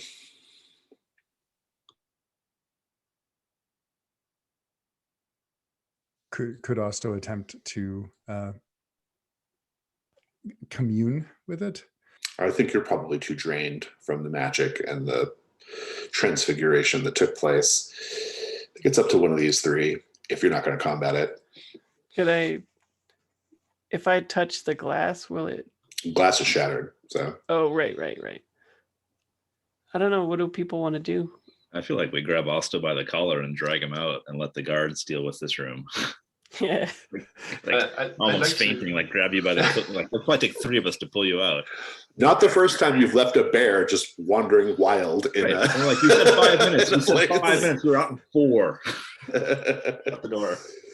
I think I'd like to spend a token as we do that to just grab a piece of the cube, since apparently it's harmless now, and pocket that. Yeah, I like that. A sort of magically treated glass. I think that's pretty good. You could take that for you could take enough of it to equal a gold. And Sure. yeah, so you're all just running then? I guess so. Yeah, I'll just help. Yeah. Get Osto out. Corkalik, why don't you take the die roll? Risk roll? Yeah. Stakes are fairly obvious, I think. You're gonna have to combat the bear or not. Let's talk about your dice though. What do you think about for the first light die?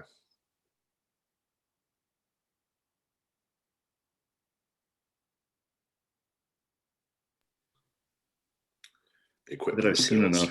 enough artifacts broken that I know that it never goes well, and so I've already kind of like had a foot in the door. Like, no, you're just. I know we're gonna need to get out of here. No, I'm not buying that. If you have any other thoughts, though, I'm open to it.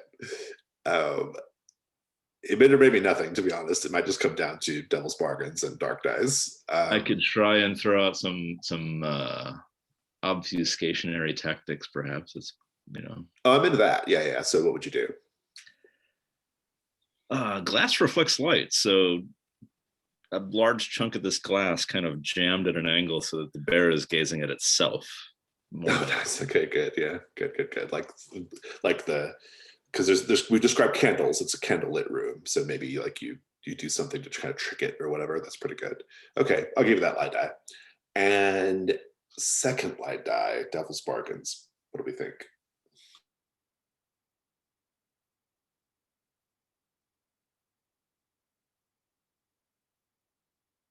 We have to contend with whoever was alarmed when the alarm was triggered. Yeah, that's kind of where I was going to.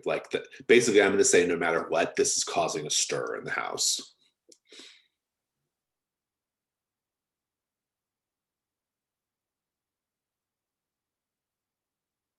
The guards outside, someone comes to see what the noise is, so they have to combat us. Oh, because they have to show that they're doing their job. Yeah, that's pretty good. Fraser, any offers? No, mine was just the palace is raised. Yeah, the little arm is raised. All right, what do you think, Brian? I'm thinking try it without the devil's bargain right now, just a straight up risk roll. One light, I think a dark is probably in play too, because you're escaping a bear. So, and then you can take help from someone if you need it. 5 light. Nice. Complication is going to be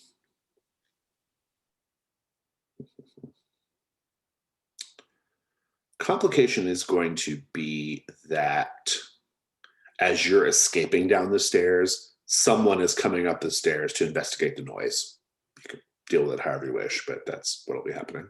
If you want to take help, if somebody wants to help with this to maybe get it up to a 6, it certainly can be done. And help couldn't be like a ritual, could it? I'm open to it. What do you have in mind?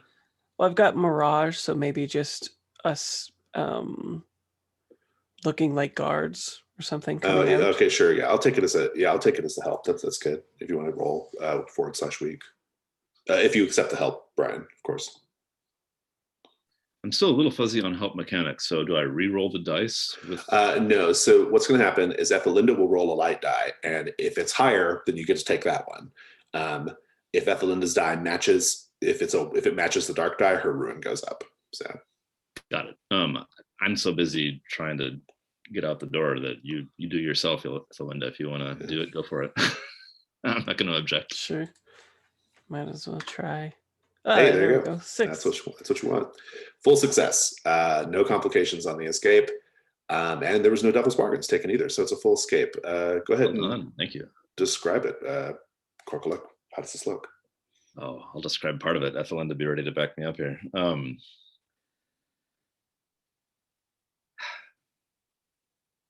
Osto Burley as Osto is, put so much of this blood of old Caldor, put so much of himself into this blood smear on the hammer, shattering the glass, all that business, that he just kind of goes weak for a moment. Like, the eyes roll up and 300 pounds of Osto drops to the ground.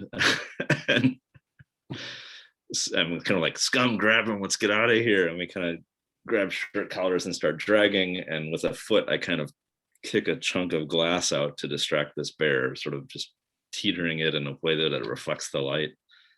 And the real key here is the mirage, though. So what does that look right, like? we haul him out the door, and then Ethelinda takes over with our rescue. Yeah, I think as like we see the people leaving, the camera shows us as like ourselves on one side, and then we pass through the door and we look like guards on the other, and why people don't really like see or try to like interact with us, as I make Osto wounded, like horribly scarred with like a big gash across his side, and when the guard looks, there's like even blood that like spurts on his face. So he's like, ah. Nice. I think that the guards are pretty well occupied. You all make your escape, at least back down to the ballroom, and no one will ask any questions of you. Patience will come up, and she says, "So, it seems that perhaps you have gotten into a bit of a scrape upstairs."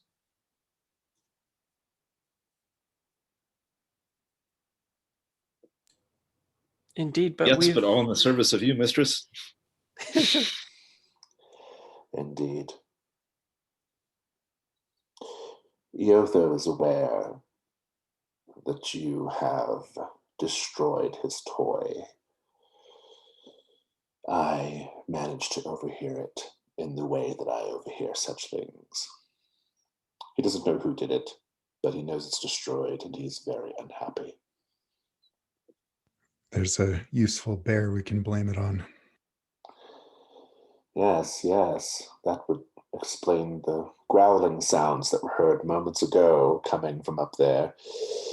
You all do have a particular way of operating, don't you?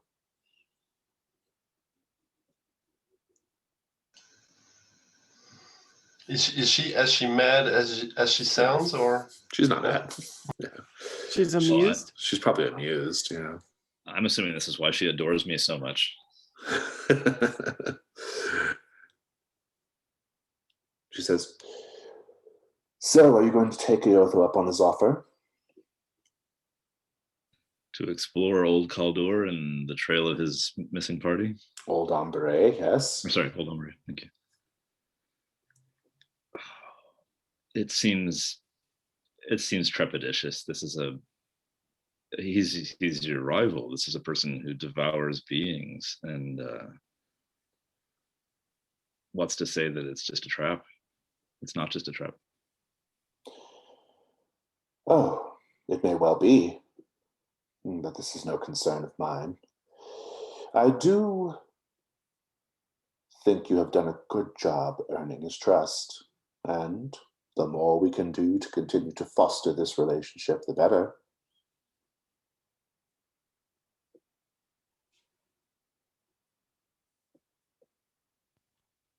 Nourish it.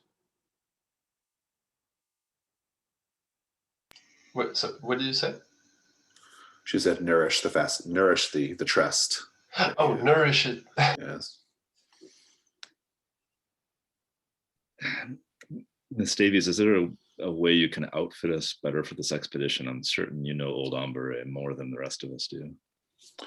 I am happy to supplement whatever income Iotho offers you for this job. Well, I was thinking maps, magical items which might restore our vitality should we be shattered to pieces in your service.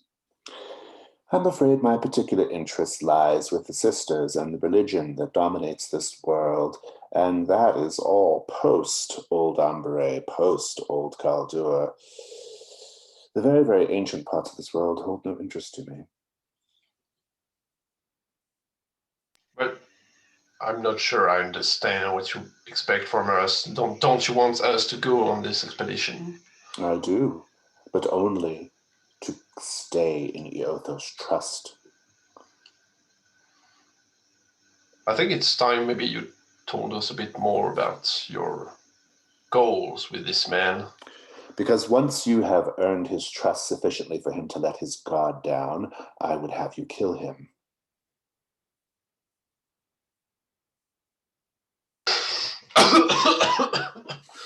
I'm sorry.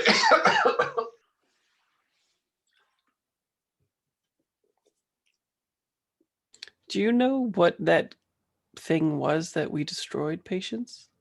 The cube? I've heard tales. I've heard stories. I've never been invited to the room myself. Iotho has a number of such dark artifacts in his possession. The Null Cube, I'm told, is one of 3. I don't know who has the other 2.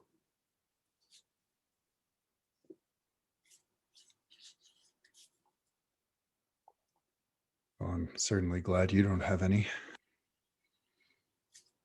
Oh, I have other interesting relics in my possession. I'm a collector of reliquaries, very, very intrigued by the sisters of our faith. My sister was as well before you murdered her. Speaking of your intrigue with relics, have you learned any more about my painting by Agino and its purpose? Not yet. Give me time. So does this mean anything we find down there is ours? Of course, I have no interest in what you find down there, only that you continue to nourish his trust in you. Well, we'll go down to Old Embere, but I'm not going to murder anyone for you. Yes, you keep saying that to yourself. That's very, very amusing. All right, well. And she says, You better pocket anything else you want to pocket. I'm ready to go. Patience, you know I'd do anything for you, but it also seems that Iotho knows a little bit about the descendants of Mashiko and their ceramics studios. And Kokluk, I'm starting to think that you care more about Mashiko than you do me. oh, I'm so no. she says, It's time to go. Say your goodbyes. and she goes to say her goodbyes. I'll spend 2 tokens. Indeed. You can grab so are you all going to cash in your hunt roll tokens? I was going to ask if Osto could just swipe a glass from one of the passing waiters and just take the diamond out, just brazen. Just brazenly take it. Yeah, of course.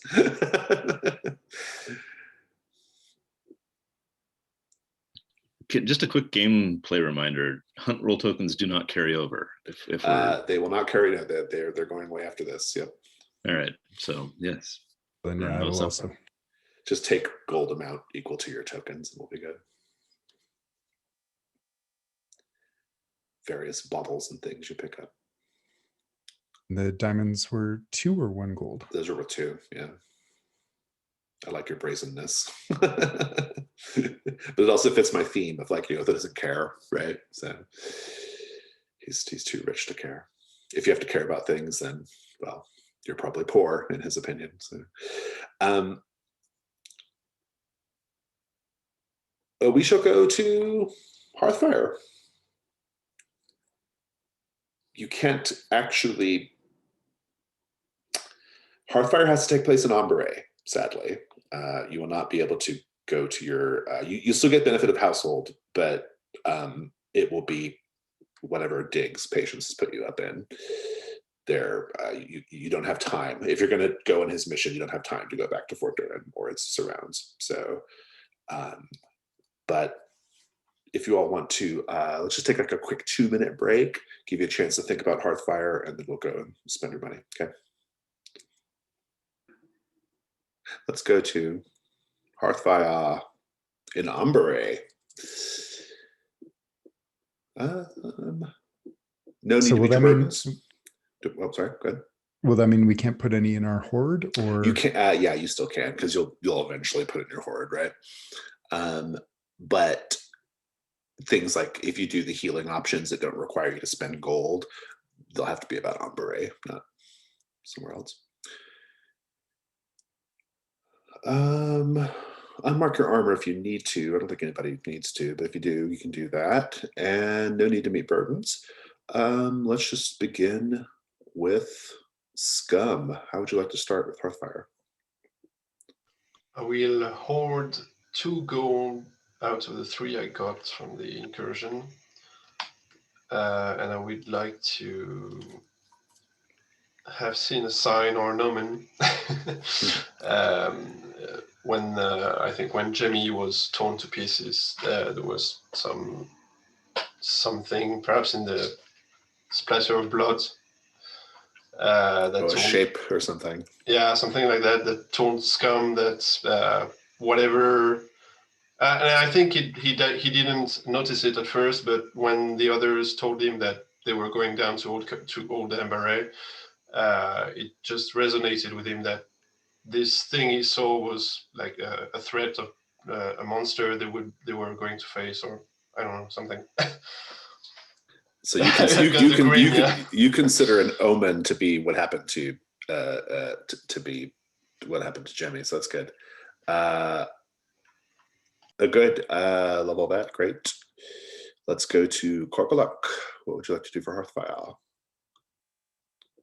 We are in the Rose District of Ambre, and we have successfully carried out a mission for my one true love, Patience Davies. We're going carousing, baby. Very good. I love a carouse. So I've not done this before. So I spend a gold. Yep. 2 people are going to write down adjectives. One player is going to write down an adjective. One player is going to write down a noun. They're going to secretly tell you using the the chat that's just to you, and then you will tell us the name of your favorite tavern in the Rose District. All right. We have 3 players. Can I double down on adjectives just because it'll be fun to not leave anybody out? Oh, sure. Then you can pick the one you like best, I guess, or I'll combine them somehow. Or you can combine them too. That's fine. Yeah, I'm over that. All right. Arthur, Drew, will you each give me an adjective? Fraser, will you give me the noun? We're going carousing at this place. You could ask Jason for a noun too. He's a player. I'll give you a noun. Why not?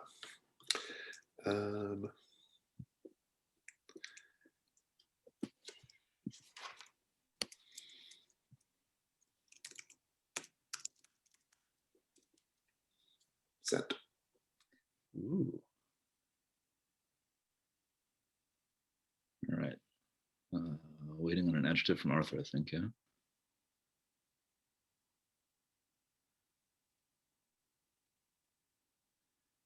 Ooh. All right.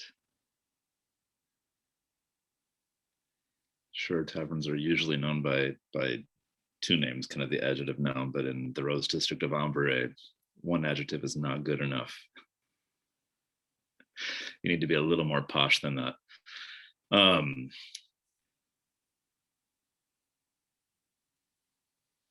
Give me 1 second to conjugate things here.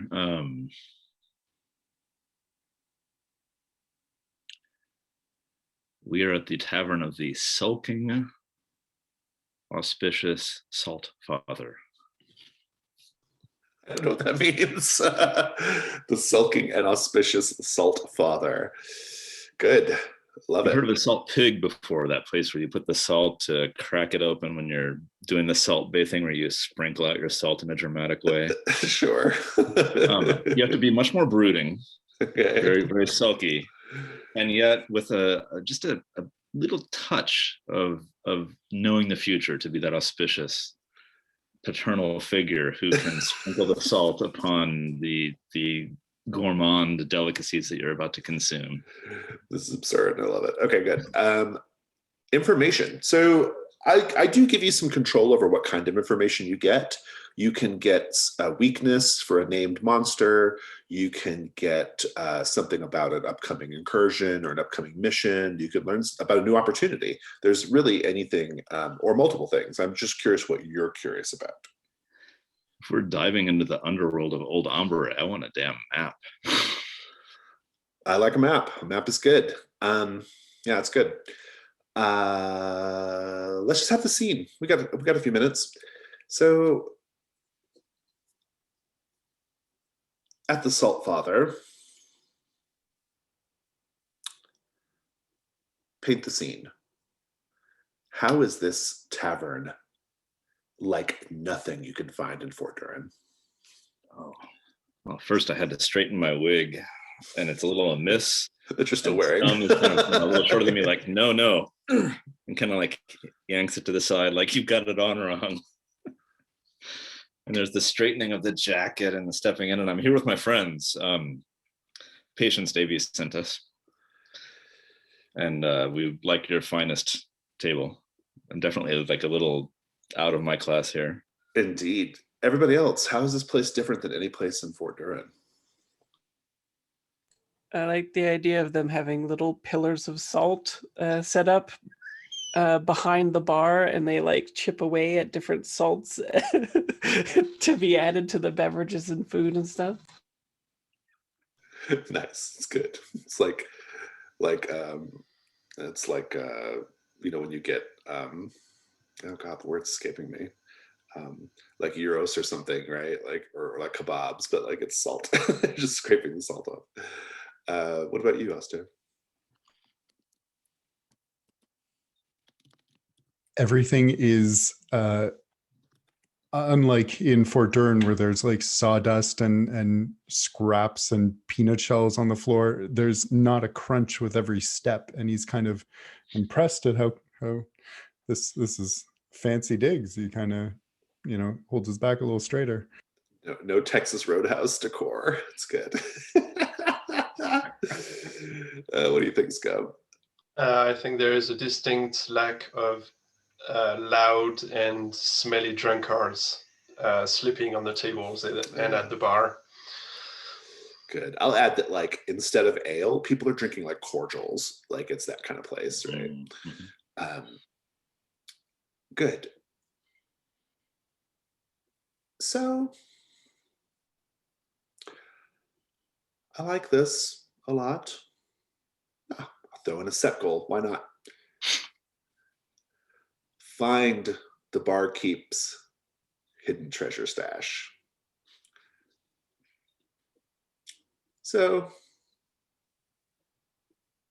Scum, what's the first thing you do? Go up to the bar and order the tallest tankard they have on the menu, because he just killed a little boy. He says, the barkeep says, "Hello, friend. I have to tell you, we don't really serve ales and nogs and beers at this establishment. I have cordials in a variety of flavors: cherry, peach, mango."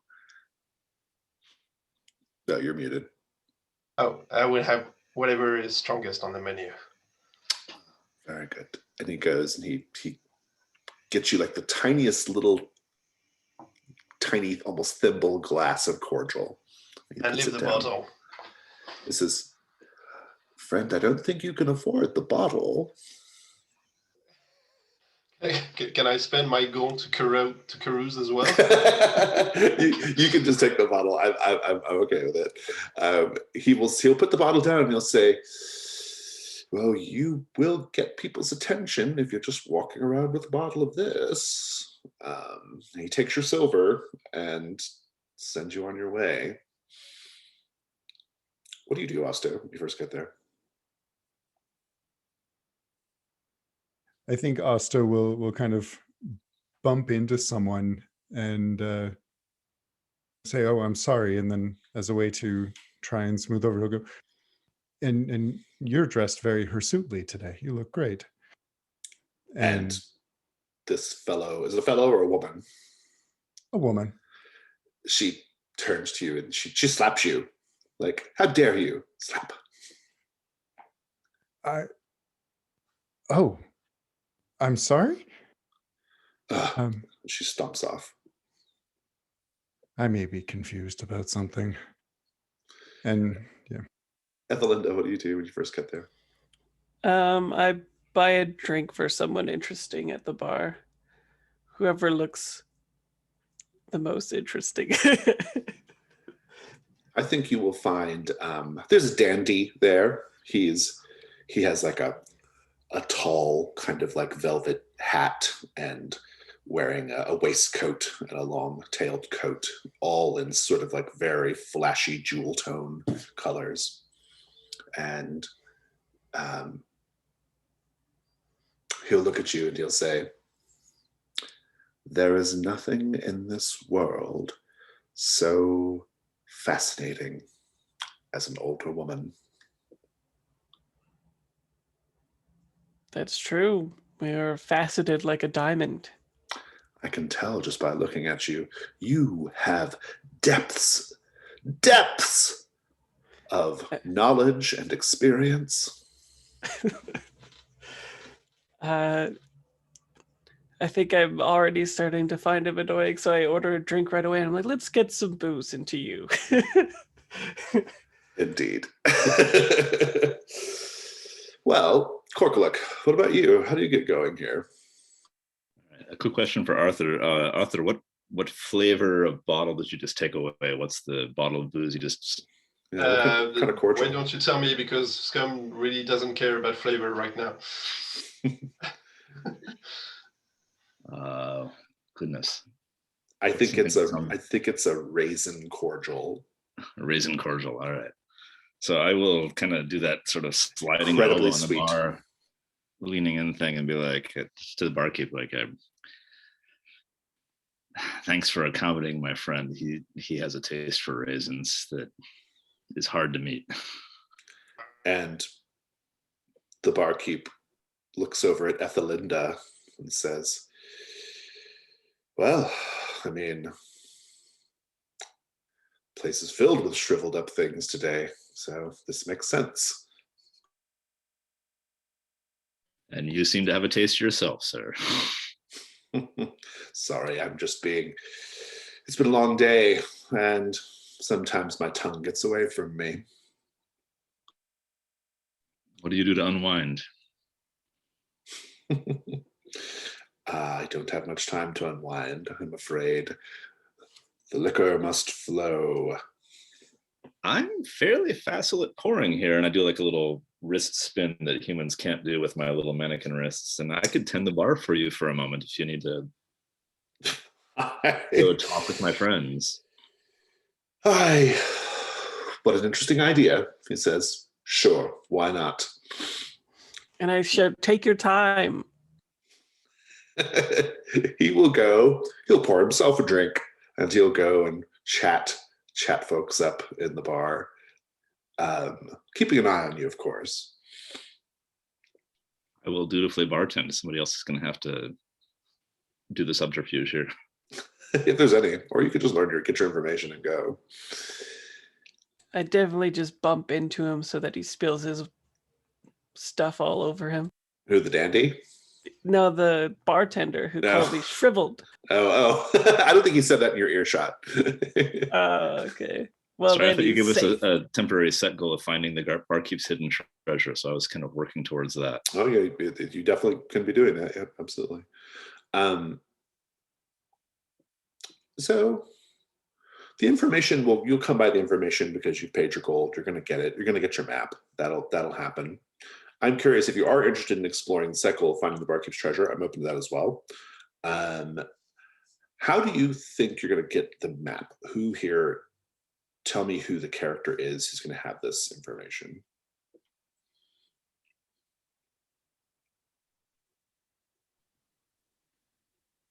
Tell me if this is too ridiculous, but I've been in a few places where they've done a giant wall map as decor. Yeah. And I'm kind of picturing that I'm there behind the bar. Yeah. And I've got the view from the barkeeper's perspective, and it's like, hang on a moment. That looks kind of useful. Let me just jot that down. And there's a bit of me doing my own mapping of what was just simple wall decor in this bar. I like it. I'm open. Yeah, I'm into that. That's great. Yeah, I like it. It's really good. The dandy will say, so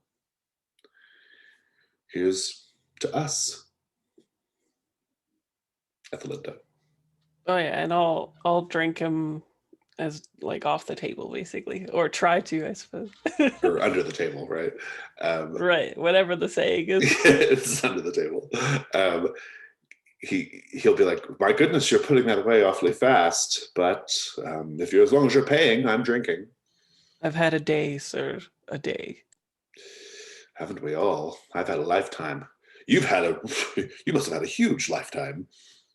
And I just tip his glass as he's drinking. And he kind of takes this as flirtation, right? And he's like, you're a wily one, I can tell. Oh yes, I'm a minx, sir. Osto, what are you up to? I think rubbing his cheek, he'll come and sit next to Scum and say, You doing okay? I don't know. I'm not sure I feel like talking right now with everything that's gone. I don't know. I appreciate you asking me, Osto, but maybe another night. He's right at home sulking.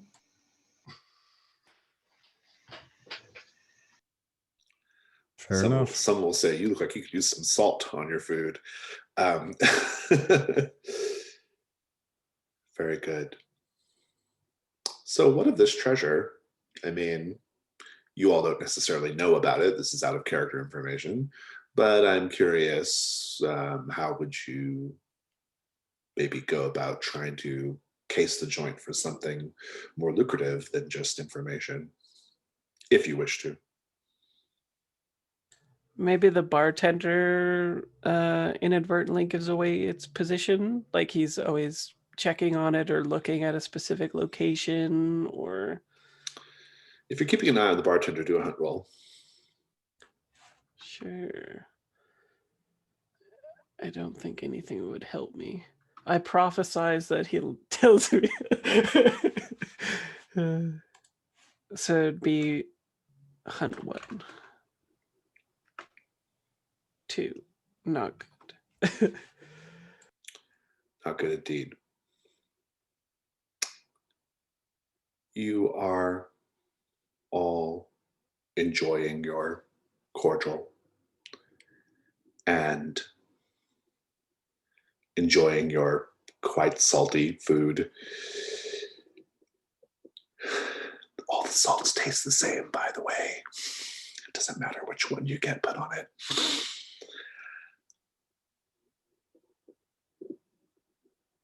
The evening is humming along. Corkalik has a map of Old Amberay. It's probably something that the bartender doesn't even realize is valuable. The tavern keeper probably has no idea about what, like, it's just an old vintage map to him. And things are going reasonably well. Scum is sulking. Osto is feeling chastened. Are things getting serious with the dandy, Ethelinda? Oh yeah, I think she specifically is seeking out, a release, but doesn't want him to speak very much. Oh, yeah, that's good. No, I like this. Yeah, it's good. Just keep your mouth quiet, pretty boy, right? That kind of thing. Exactly. That's all going pretty well. And the dandy says, I have a room upstairs. Perhaps we could retire to it. Is he slurring pretty well? No, he hasn't drunk. He hasn't had that much to drink. I take the bottle with us. You go upstairs. Everyone downstairs, you all hear a cry, a scream coming from the rooms upstairs. And I think we just cut to the tavern guards. Maybe they're city guards who hear the scream, clumping up the stairs. They walk into the room where Ethelinda and the dandy were retiring to. And we just see Ethelinda, the dandy, and a man's body, blood everywhere.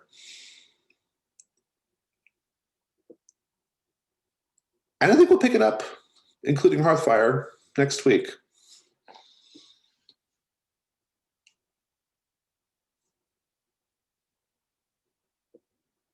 Stars and wishes.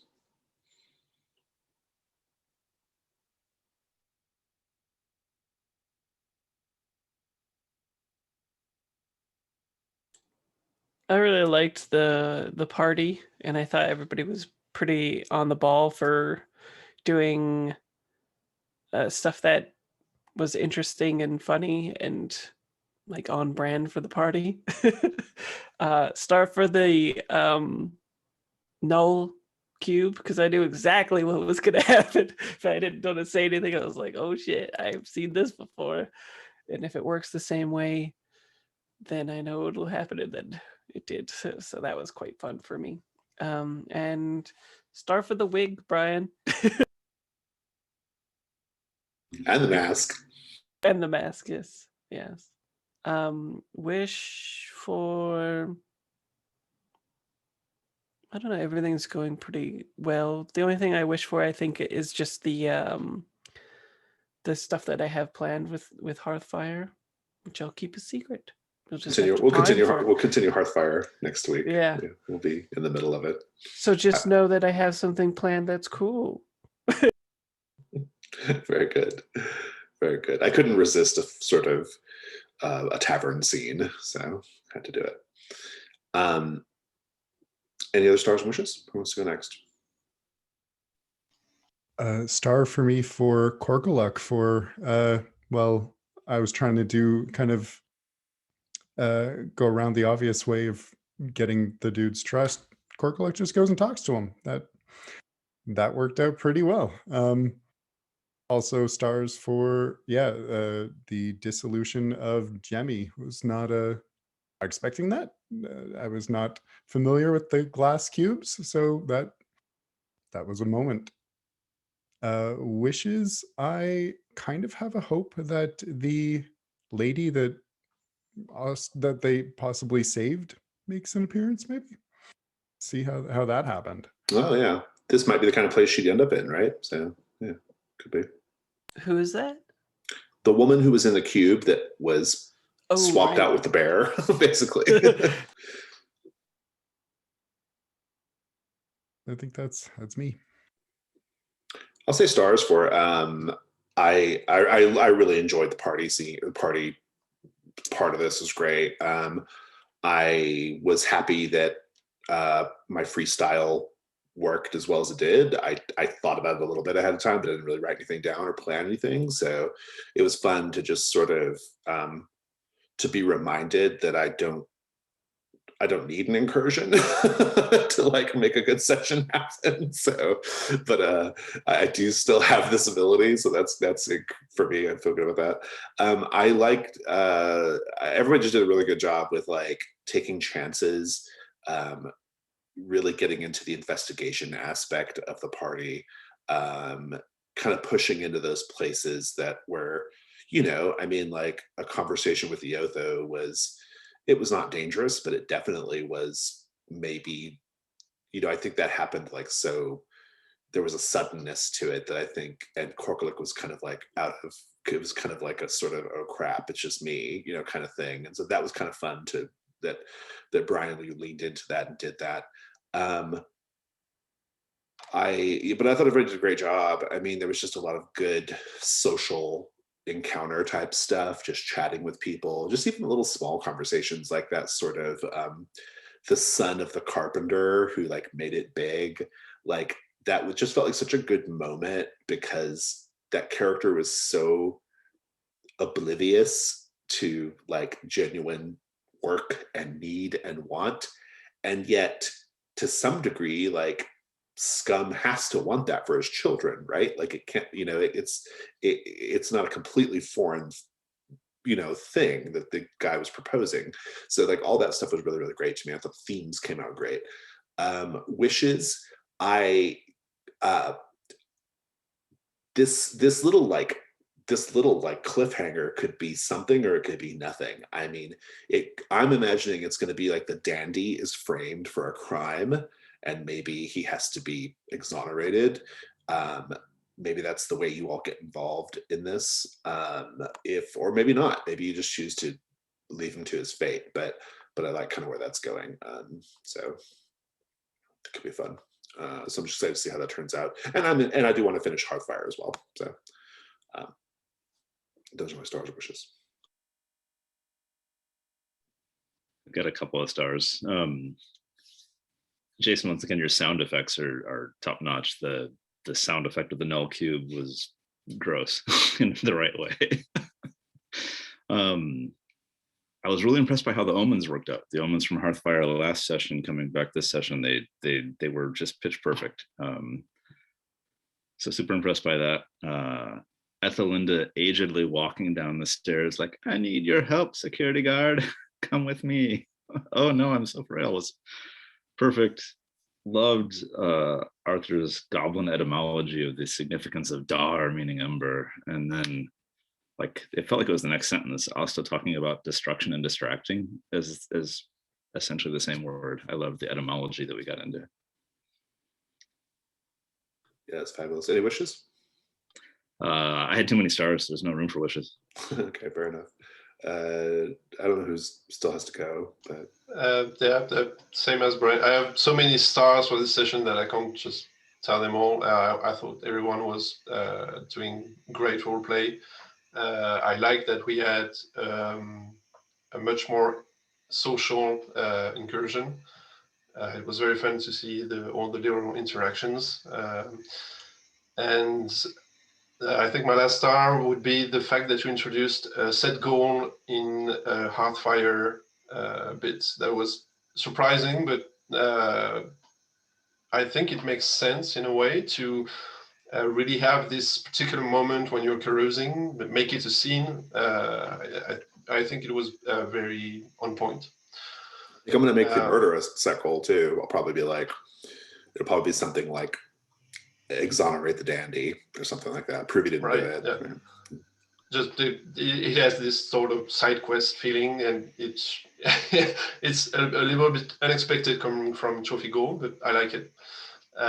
As for wishes, more Darceline. I'm curious to see what sort of relationship Scum could develop with the woman, and also to learn more about her, since she's still very mysterious so far. And I'm looking forward to seeing the moment we have to decide whether we want to go through with Patience Davis's plan or not, and the potential inner conflicts that could arise in the party due to Corculux allegiance to Patience Davis. Yeah, I'll tell you that's probably like a little bit down the road thing because I don't think this is going to come up probably before the next incursion. So. Just something that I thought of. Yeah, no, it's definitely a good point though. Were there any other stars and wishes? Okie doke. Well, that was great fun. Thank you all so much. I'm going to stop the recording.